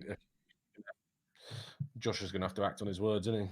Because if we ever, I'm so fickle. I'm so naive to believe. Hold on a second. If we don't get European football, right? They're going to spend money. Oh, oh, I'm saying that. Oh, Oh wow, my that's a good great God! ball. Palco Alcacer has been played in by Chukwueze on the right-hand side. Villarreal are really pushing for a third. Here is Chukwueze! And big save by Bernd Leno diving down to his right-hand side. Arsenal under serious attack right now. Here come Villarreal again with Chukwueze putting a dangerous ball in. Arsenal struggling to get rid of it. What the fuck is going on here? We are a mess. Oh, this football club. Fucking hell. We've got 5 subs. We're 60 minutes in, and nothing to change. Nothing. I don't get it. What is this faith in this team that you've picked? It's embarrassing. It's embarrassing, mate. It's embarrassing. Arsenal have not had any shots on target, Tom. Yes. In the 62nd minute.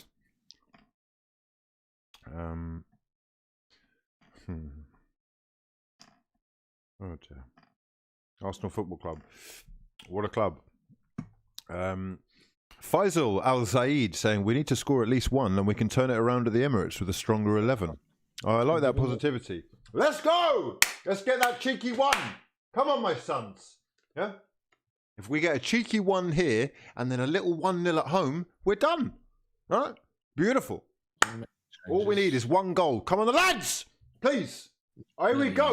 That's it. The kid, the wonder kid, Gabriel Martinelli. Yeah? The Martinelli family are alive and kicking. The substitution is about to be made, or it has just been made. Martin Odegaard is off.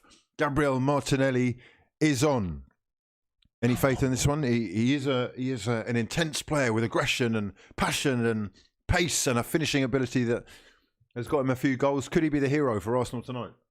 Oh, well, maybe he should have been on at the start. We needed a bit of that because we didn't show any of it, and it's taken till 60 minutes for us to get some of those emotions that you're talking about there on. So, I mean, what I find amazing as well is that Arsenal have been so shocking, right? With Lacazette, like 40, 50 million pound player. Aubameyang, that's 50, 60 million pound player up top. And we think that we're going to create chances with no striker, huh? Like we're City or something. yeah. I mean, like we create no chance. We don't shoot without with strikers. How are we going to? Please, okay. Smith Rowe. Oh, shooting at the box. Oh wow! Fucking hell, who was that? You want to fall to anyone? You don't want it to fall to him there. Rob Holding taking a pop shot in the box after the corner just fell to him. Smith Rowe's shot blocked by the crowd of people ahead of him. A decent corner from Bukayo Saka, punched away initially. Smith Rowe takes the shot with his left foot, and Rob Holding has taken a left-footed shot as well, and it was one of the worst shots you've ever seen in your life. Arteta under immense pressure. 2-0 down. Villarreal's Unai Emery is looking like he's got this one in the bag. However, Arsenal were coming strong despite being down to 10 men. 25 minutes or so left. Here is Thomas Partey with the cross-field ball over to Callum Chambers. Oh, don't awful pass and an awful bit of control as well from Callum. It's gone out for a throw-in. Thomas Partey's had a bit of a poor game, hasn't he, Tom? I can't deal with this utter rubbish. It's utterly awful.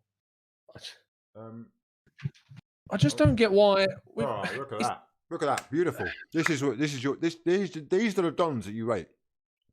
Not you, but these are the dons that they rate. Yeah, these are the dons that they rate. No, it's unbelievable. I mean, he's looked up, he's picked out a man who's not there, and he's put it on a plate for him. 10 to 15 yards away from a footballer. Yeah, straight out for a throw-in. Yeah, unbelievable. Unbelievable. Oh, mate, what are you fucking like? What are you like? Jesus Christ. Of all nights, tonight you had to fuck it up. Tonight you had to fuck it up, yeah? European football. He's screaming at his teammates to press. Screaming at them. Mm-hmm. Of course. Of course you had to fuck it up, yeah? Manchester United 2, Roma 2, Villarreal 2, Arsenal 0. Arsenal the only side not to have scored twice tonight. The only side not to have scored at all. I will take the one though. However, Villarreal are looking for a third, and oh my word, Gerard Moreno with a fantastic opportunity. It looks like Bernd Leno has made a top class save there. 1-on-1 It's not really a one-on-one. It's a beautiful ball played in. Marie just loses him. I mean, what's completely. Partey doing? Look What at is he the save. doing? Good save from Nano, but awful. Just leave him in the middle. I don't know who he's marking. That's a great save from Bernd Leno, I have to say. A predictable shot, but we got down and put it over. Moreno will feel like he should have put that one to bed. Put that one away, sorry, and the game could have been put to bed. 2-0 up.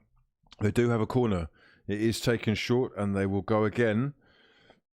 Recycling through Foyt on the right-hand side.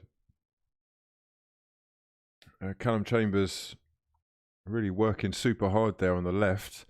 And the ball has been switched over now. Headed. Oh, Jesus Christ, we are literally. Can we please get a foot on it? Here we go with Nicola Pépé, who is brought down and wins a free kick just about on the halfway line, 67th minute. Changes surely afoot. Jonathan Antwi Bosiako says, I haven't put any money into this club since 2014. I suggest you all follow suit. It's more than a manager. The owner has to go. Addy said, UEFA's punishment. Arteta should sub him, but come on. Charlie Wheeler says, get this Arteta fraud out of my club. I've seen enough. JP saying, clear foul. Late challenge by Ceballos. Silly. What? Huh? Is he talking about the one where he stepped on him? Yeah. No, he's talking nonsense. JP, bro. Yeah, it's 2 nonsense comments that you've put through tonight. He's the one that said Arsenal should try and snatch Thomas Tuchel. He's on a bit of a wind-up. He's got jokes, hasn't he? He's got jokes. No look pass for that, Gerard Moreno, by the way. Look. Oh, wow. We were nearly 3-0 down. Can I just say this much? Unai Emery's Villarreal have created 5 opportunities leading to shots on goal. 5, yeah? Arsenal Football Club under Mikel Arteta have created a grand 0. 3 in a second. 68th minute, yeah? 68th minute. Oh, Jesus, Leno. 68th minute. Unai Emery's done you. He's done you. Well done. He's done. He's done you. Foyth has done his hamstring. I mean, I can't believe these. Like, wow. He's finished. It's done. Sorry, it's done. He's finished. It's done. You're halfway. We'll summarise after the full 180. But it's looking like you're done, bro. It's looking like you're done. Sorry. I'm sorry, mate. Come on. I'm sorry. What? What's going on here? We're becoming used to this. We're becoming apathetic to where this is us. This is not me. This does not represent me or this club. No, I'm not accepting this. Everything about this club right now is fucking fraudulent. They're dragging our name through the mud in various ways. A multitude. I could give you a long list. And it all stems from the top. I can't take this lot seriously. You're having a laugh. Well done, Unai. You're a good lad. People judged you too early. Xenophobic people judged you too early. Would have been good to let you speak, or at least learn to speak the language a bit better. That much is clear. Laughing at him when he was coaching, shouting. He's a fucking more successful European manager than the fucking club itself, you lot. Oh, you're fucking jokers. All laughing at fucking Wenger as well because he didn't have a European trophy, you bellends. I bet you feel like a right mug now, don't you? You fucking bellends. Manchester United now 3-2 up and will be in the final, yeah? Okay. Cavani sauce, yeah? Proper striker. Football played with a striker, yeah? A man up front to score goals. Where's your striker? We've spent over 100 million on strikers. We've got no one playing up front. We've got Smith Rowe up front. You're lucky these crisps are so good. Saka on the right hand side. Offside, I think. For fuck's sake. Come on. Let it go out for the throw. Ball into the box. No. Oh, come on, just create something. That's a pen. That's a pen. That's a pen. That's a pen! They've given a pen. They've given a pen. That's a pen! It's a pen! Please, God! Oh my God, please! Oh my God. Trigueros has brought down Bukayo Saka and Mikel Arteta and Arsenal Football Club may well have a lifeline. We may well have a lifeline. We may well have a lifeline. That's a pen. That's a pen. Sit down, you fraud. That's a pen. That is a pen. He's left his leg in, but he's tripped him. It's a pen. It's a penalty. Who's taking the pen? It's Pépé. It's got to be Pep's. It's got to be Nicola Pépé, surely. Oh my good God, this could be what we need. It could be the get out of jail card that we need. Please, God. Oh my God, please. Oh my God, please. Oh, it's Pépé, please. Oh my God. Oh, Pépé is actually saving Arteta's ass. Can you see this? Pépé is going to save Arteta's ass.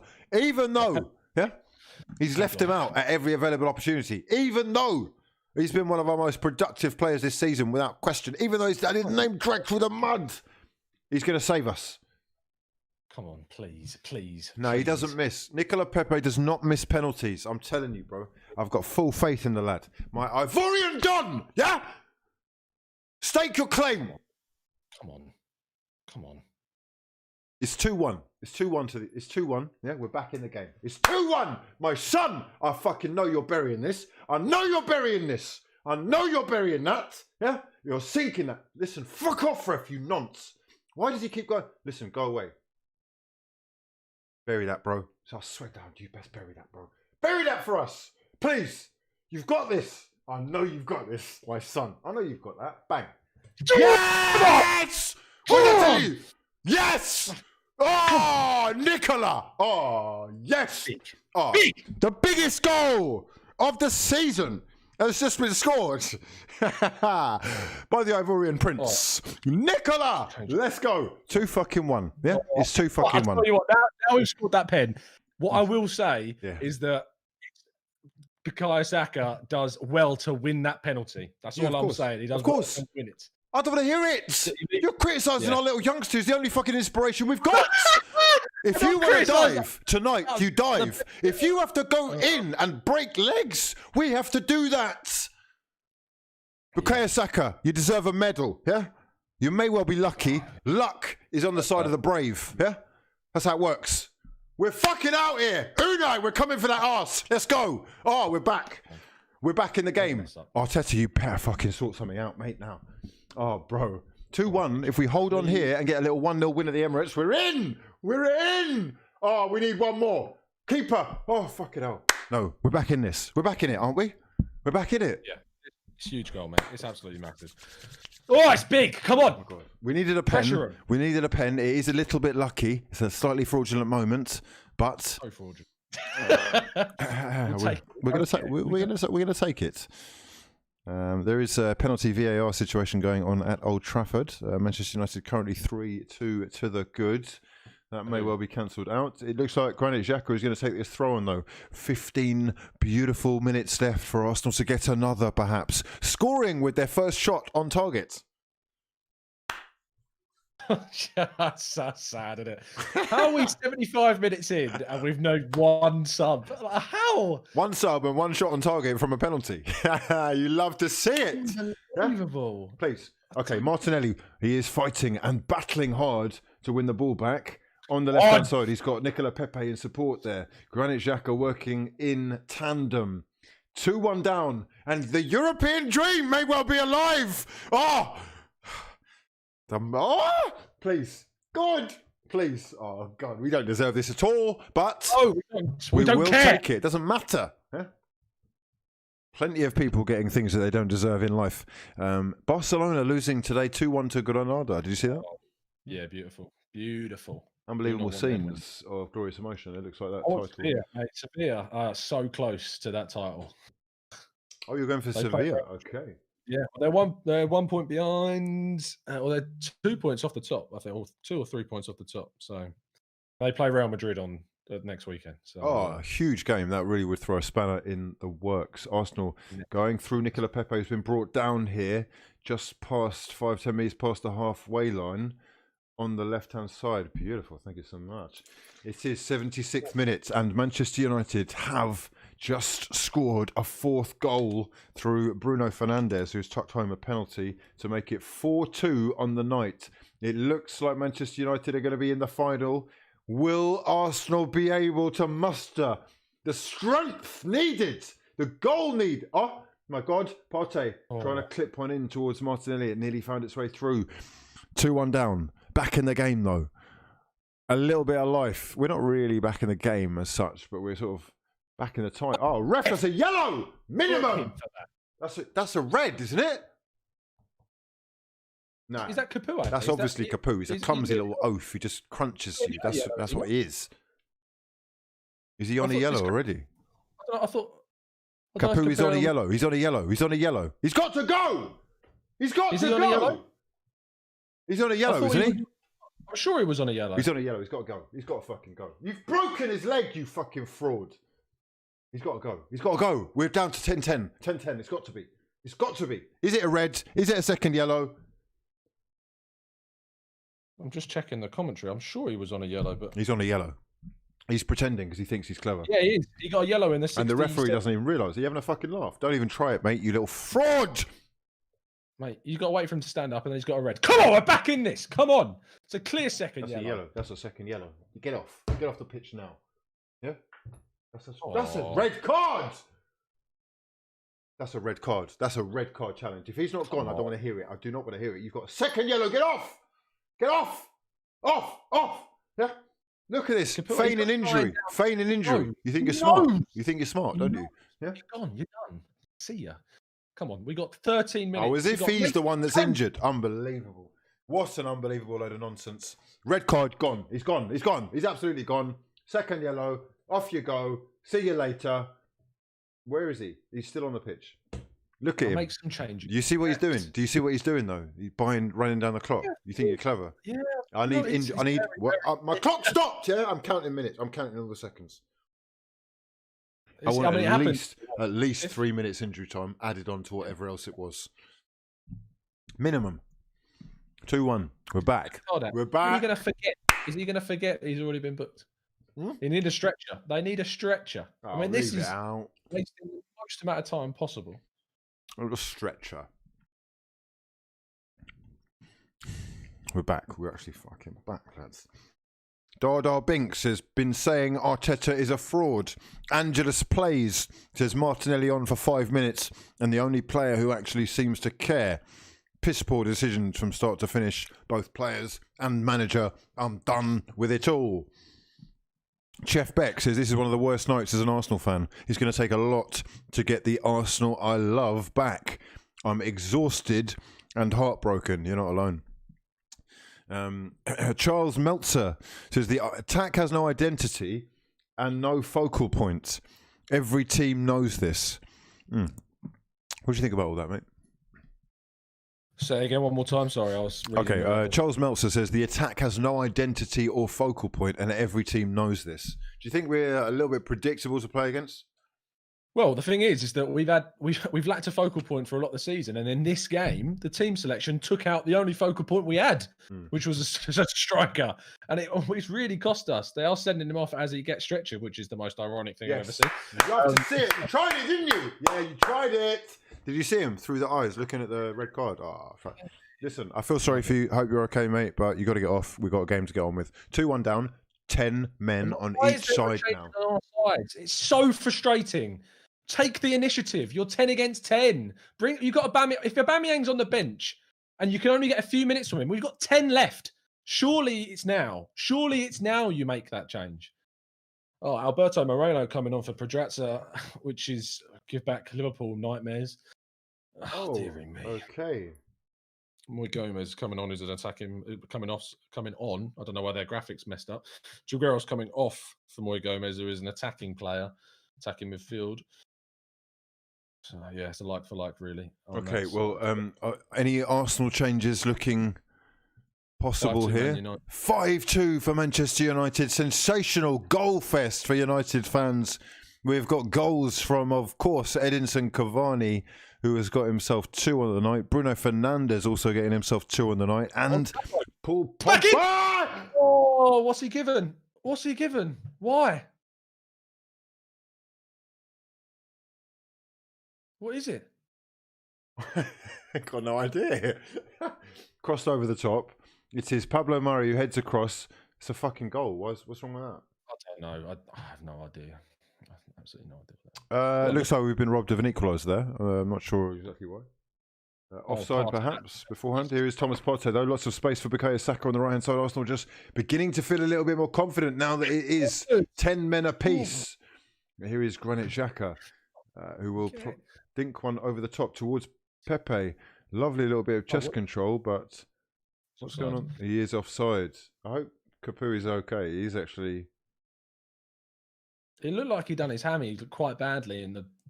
He grabbed the back of his right or left leg, I think it was, and he might have torn it in the moment. Anyway, as we say, Manchester United 5-2 up. You say that's a given now. They are 1 foot really in the final. Europa League specialists nowadays, aren't they?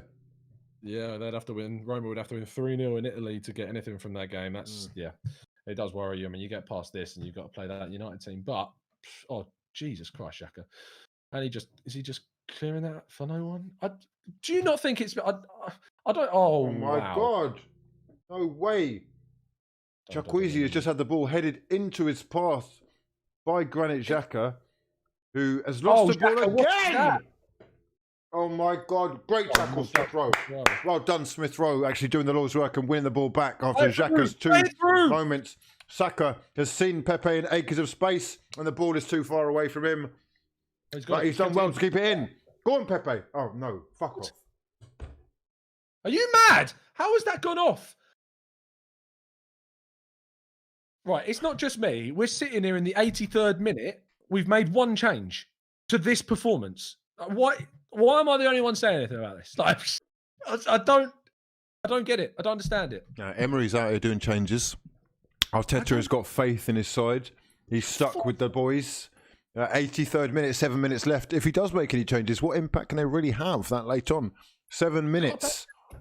It is interesting, though, why he's left all those players on the pitch. I mean, I say this, and Ketty, I've moaned about him. He's another focal point. He's a striker. You got Nelson on there. You got players that are attacking. And you're just not doing anything. Nah, I mean, Saka and Pépé should be on the pitch instead of Nelson and Nketiah, though. I mean, Smith Rowe, I would think is someone that you could maybe bring off at this point for someone. Well, it is 6 or so minutes left, and it is Arsenal defending now as Granit Xhaka has been beaten for pace by Chukwueze, who is in the Arsenal box. Chukwueze, though, has the ball stolen off of him by Xhaka, who does well, perhaps to cling onto the ball a little bit too long. Pépé, though, really has undone all Xhaka's good work by giving the ball away so close to the area. Here is Chukwueze's ball into the box. Arsenal defending in their numbers, but Villarreal keep coming. Another ball in towards...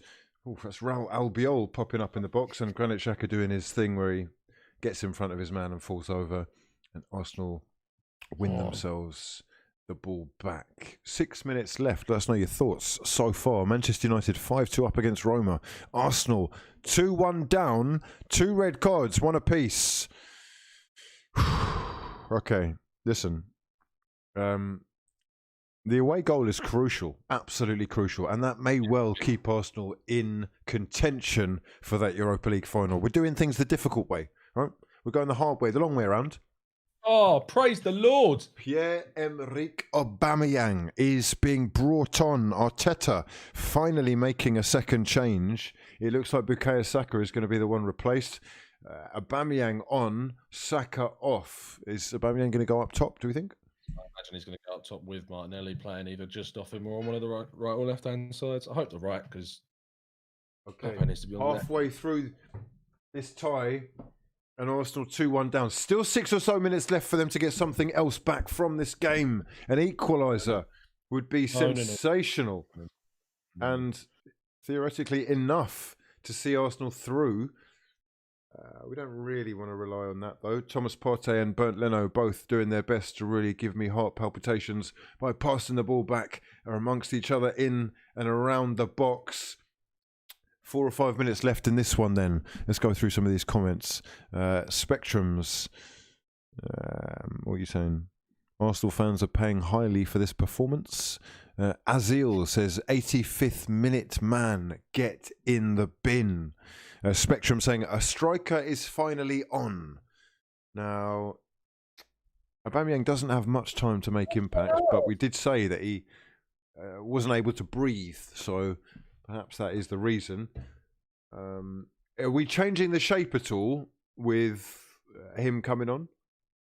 Yeah, it looks like Pepe's gone to the right and Martinelli's gone to the left from the looks of things. As we're under pressure now from our own mistakes once again, Smith Rowe's going to do well to win and come away with the ball fantastically. Really do turn from Pepe. Plays it through.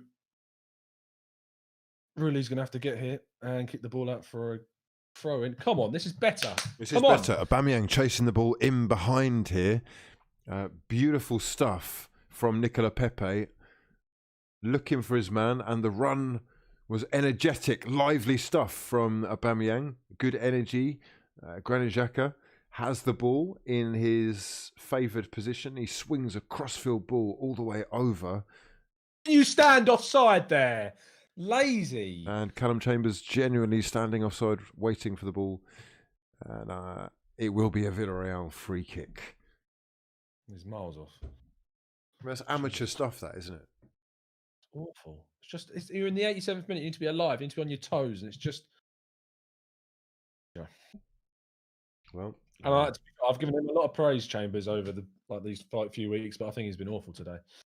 There is another chance for Arsenal to break with Thomas Partey unable to find Nicola Pépé, though. Villarreal will go again.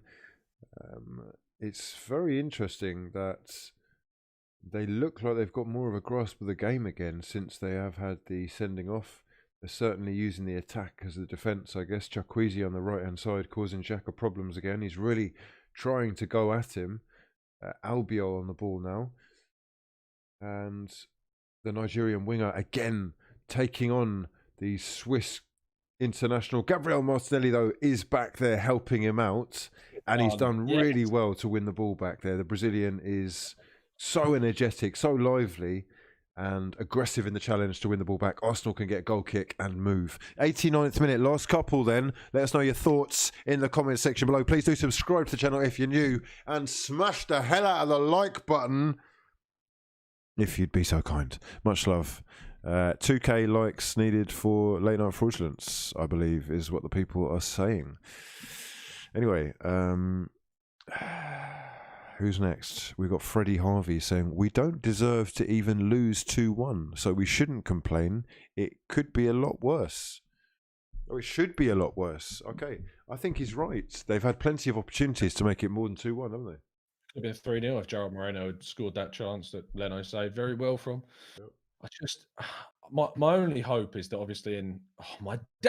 This is amateur passing. It's really poor.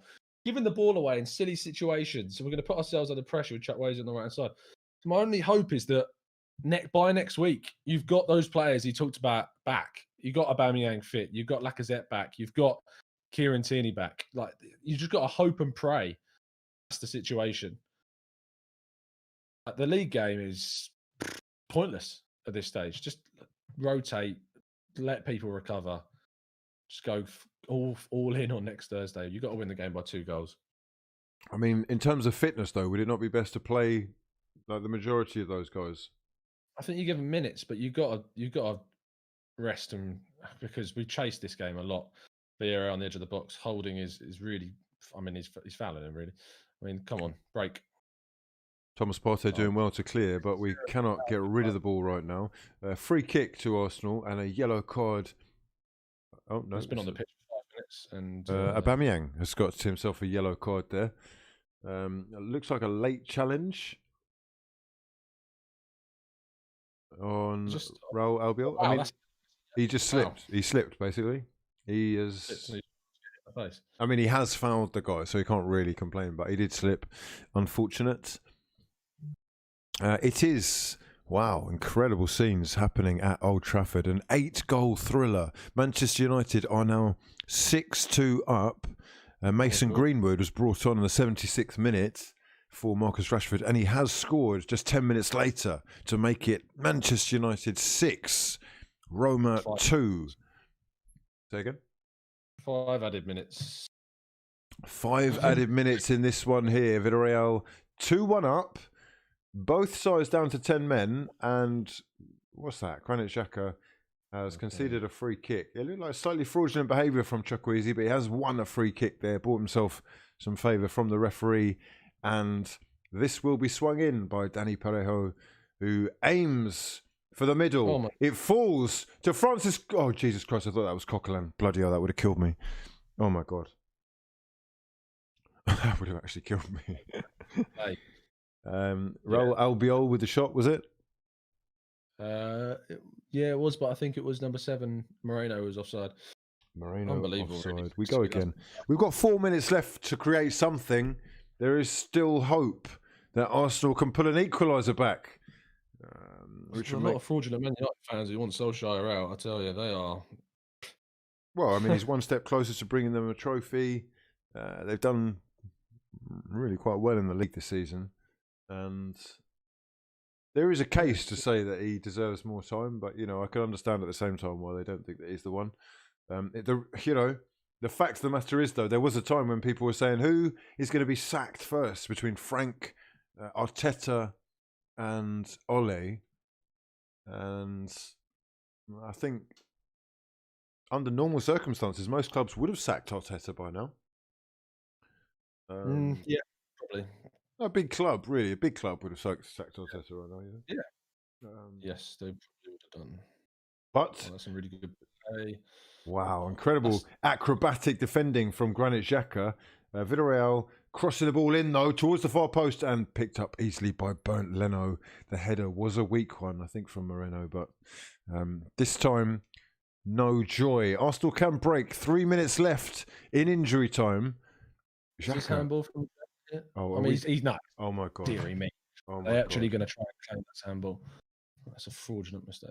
Oh, he's trying to get his hand out of the way. He can't do anything. No. We've played on. It's okay. It's too late. It's gone. The moment's gone. And Arsenal are on the ball with Thomas Partey finding Gabriel Martinelli, who does well under pressure to find Granit Xhaka. Xhaka looking straight over the top towards the youngster again, but I don't think he was really even ready for that. Thomas Partey nutmegged. Picked up, though, by Nicola Pépé. Unai Emery gesticulating furiously on the sidelines. This is all or nothing for both of these guys. 2 minutes left. We are doing what? It's like we're playing for the 2-1 at the moment, which is... Of course we are.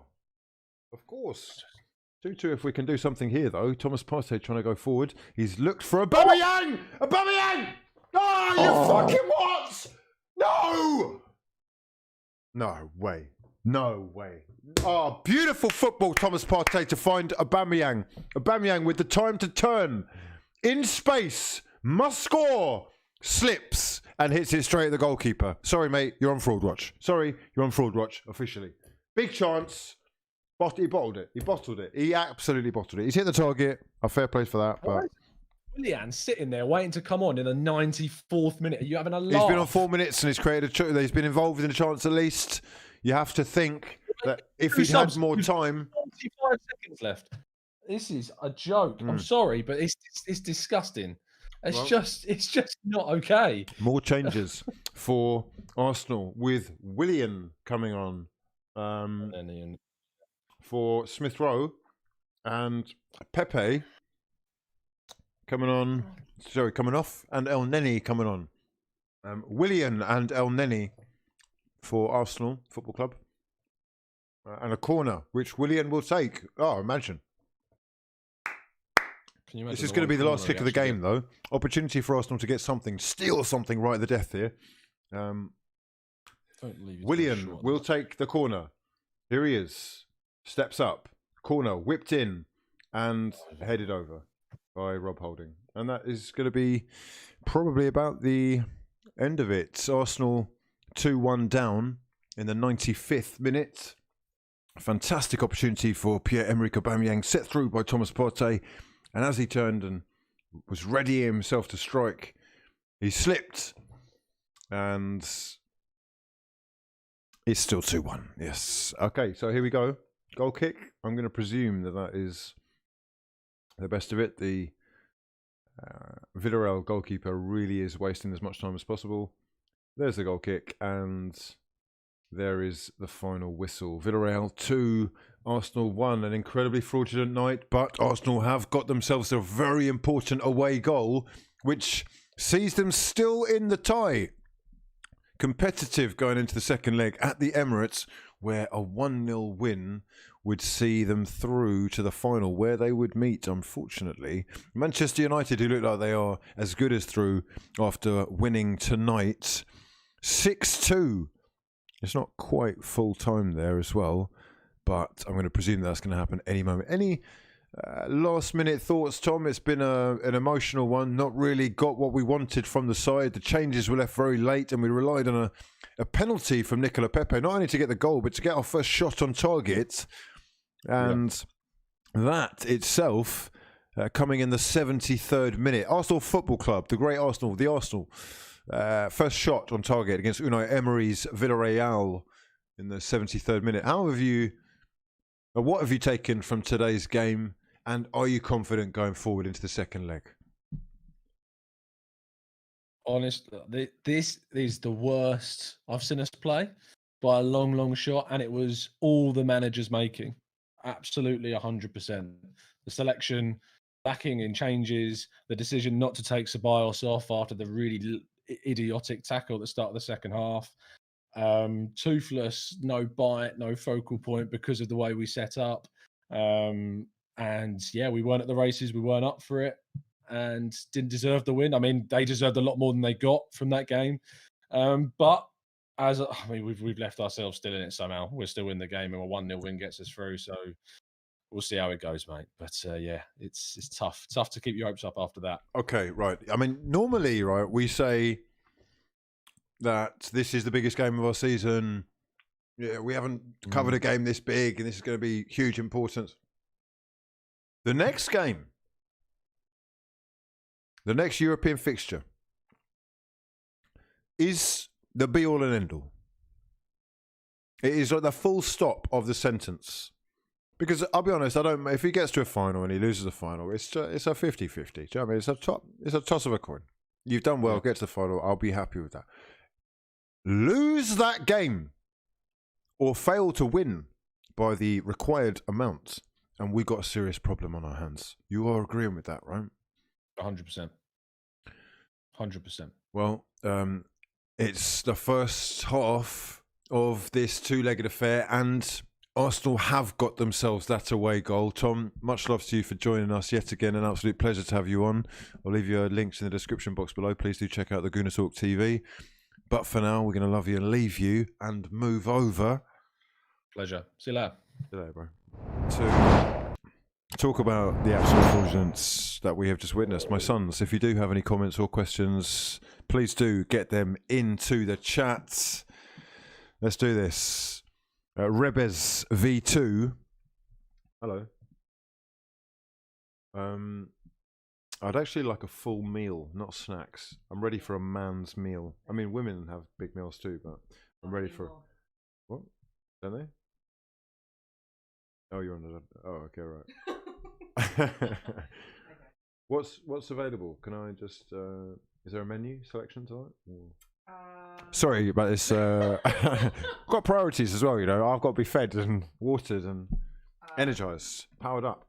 Tell me whatever you like. Whatever you like. Oh, I'll just get us a takeaway. Yeah, that's what I'm going to get. Oh, right. I thought you were going in. I can cook. Oh, no, don't worry about that. I can make you pasta. No. What? Who? No, I randomly. Oh. It's a bit No. Sure. I'll order something. It's fine. Yeah. Just wait for me. Just wait a bit. Okay, lads, let's get back down to it. Slight diversion there as we work out what we're having for dinner. Okay. Peeler Potato says Callum Wilson scores that. Aubameyang is a fraud. It was a great opportunity, wasn't it? Great opportunity. Great ball from Thomas Partey. Played right into the feet of Aubameyang. He took it well, turned nicely, had the shot, And unfortunately, as he was taking the shot, he slipped. I'm not sure whether that was it. The slipping. He's got to score. Yeah, you've got to score. We're paying you huge amounts of money. We need one chance, bang. But he probably needs 4 or 5 chances. And realistically, should have been on the pitch a long time before he was. Let's be honest. What is going on there? Hopefully there's a good enough reason. Angelus plays. Martinelli was only on for 5 minutes and the only player who actually seems to care. I have to say, his energy is a little bit deceptive. Sometimes he's running around like a blue-ass fly, not really knowing what he's doing. But I appreciate what you're saying. Noah Wheeler says it was on goal at least. It was. Yeah, we'll give him that. And look, we've got the goal. We're not out of this yet. It's massively fraudulent to lose to Unai Emery. Yeah. But I can't lose my nut totally because we're still in this. We are still in this. A 1-0 win gets Arsenal through to the final of a European tournament. Wow, incredible scenes. A 1-0 win. Are we capable of doing that? I don't know. I really don't know. Do we deserve to be in the tie? I don't think so. No. I don't think so. But we are. And we move. Let's have a look at the player ratings, shall we? Let's have a little look and see what the Dons are saying. I'm not sure anyone played that well. Yeah, we have got. Let's have a look. I'll bring this up for you over here. Here. Okay. Pablo Murray with a 6.1. Shocking. Ceballos, oh wow, biggest fraud in football with a 5.2, potentially costing the club the future.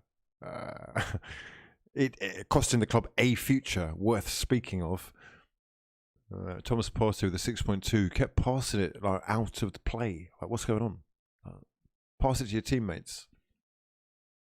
I think that it doesn't help having this guy next to him, though. I really don't think Ceballos helps him. Manchester United have won 6-2 in sensational scenes of unglorious emotion. Congratulations. But we go again next week. I'm not saying Roma are going to win 4-0, but what I am saying is Arsenal could win 1-0. And a 2-1 win even would take us to extra time, which would mean we get some extra content. Anyway, look, I'm going to love you and leave you for now. I hope you've enjoyed the stream. Thankfully, Danny Ceballos, well, I say thankfully, that's a bit harsh, but yeah, he won't be there next time, really. So we'll have to sort something else out, which could be worse. Nicola Pépé doing the Lord's work from the penalty spot, and Arsenal's only shot on the target for 73 minutes. So we've got to be thankful for that. Not Arteta's best outing. Makeshift side, late substitutions, zero creativity against an Unai Emery side who basically do a lot of sitting back themselves. In fact, Arsenal really controlled the game when they had 10 men on the field. The man advantage that Villarreal had led to Arsenal having control of the game. And when Etienne Capoue was sent off, they suddenly took that control back. I guess part of Emery's tactic is hoping that Arsenal aren't going to be able to create anything and that they can catch them on the break. Really, really smart stuff to utilise the trickery of Samuel Chukwueze as well, the Nigerian winger, left-footed, really causing Granit Xhaka and Danny Ceballos especially big problems on a regular basis. It really could have been a lot worse for Arsenal, let's be honest. At 2-0, there was a fantastic opportunity. And another for Moreno, who forced a brilliant save out of Bernd Leno and would have seen Villarreal and Unai Emery really securing the tie after less than 90 minutes. I think some of the comments that are coming in are that Arsenal do actually play better with 10 men than they do with 11. Unbelievably worrying from Arsenal, given what was at stake today. Mikel Arteta cannot be happy with what he has seen tonight. but they're still in the game. They've still got a chance and a European dream. Yeah, a trophy. A trophy that not many people actually want, but I wouldn't mind, is on the horizon. It's on to the next, though. And having seen what they do, Villarreal, we should really have more of an idea of how to approach it. Coquelin came on late on, but either Alcacer, Moreno, or Trigueros and Chakwueze are the attacking options. Parejo is their Xhaka as well, isn't he? He's their pass master, quarterback type player. And Foyth, who does get forward quite a lot, can be caught out, but can be quite dangerous as well. Massively fraudulent performance from Arsenal in general, though. 52% possession for Arsenal. Good in the air, it's saying here. 13 aerial duels won, 3 lost. But creativity is piss poor, and you've got to question why the substitutions are happening so late. Look at this now. 85th minute for Pierre-Emerick Aubameyang, and pointless ones in the 94th minute, which is a significant... it was a telling sign, isn't it, that he is shutting up shop and looking for that 2-1 as the result being good enough. Perhaps that was needed. Perhaps that was the sensible thing to do. This is a chess game. It's a marathon and not a sprint. Anyhow, Rebez V2 saying this was a match between two terrible managers. It's quite difficult to disagree with that, but today at least Unai Emery came out on top, and for that we will give him the credit that he deserves. For now though, my fraudulent friends, I'm going to love you and leave you. If you're looking for that late night fraudulence, I need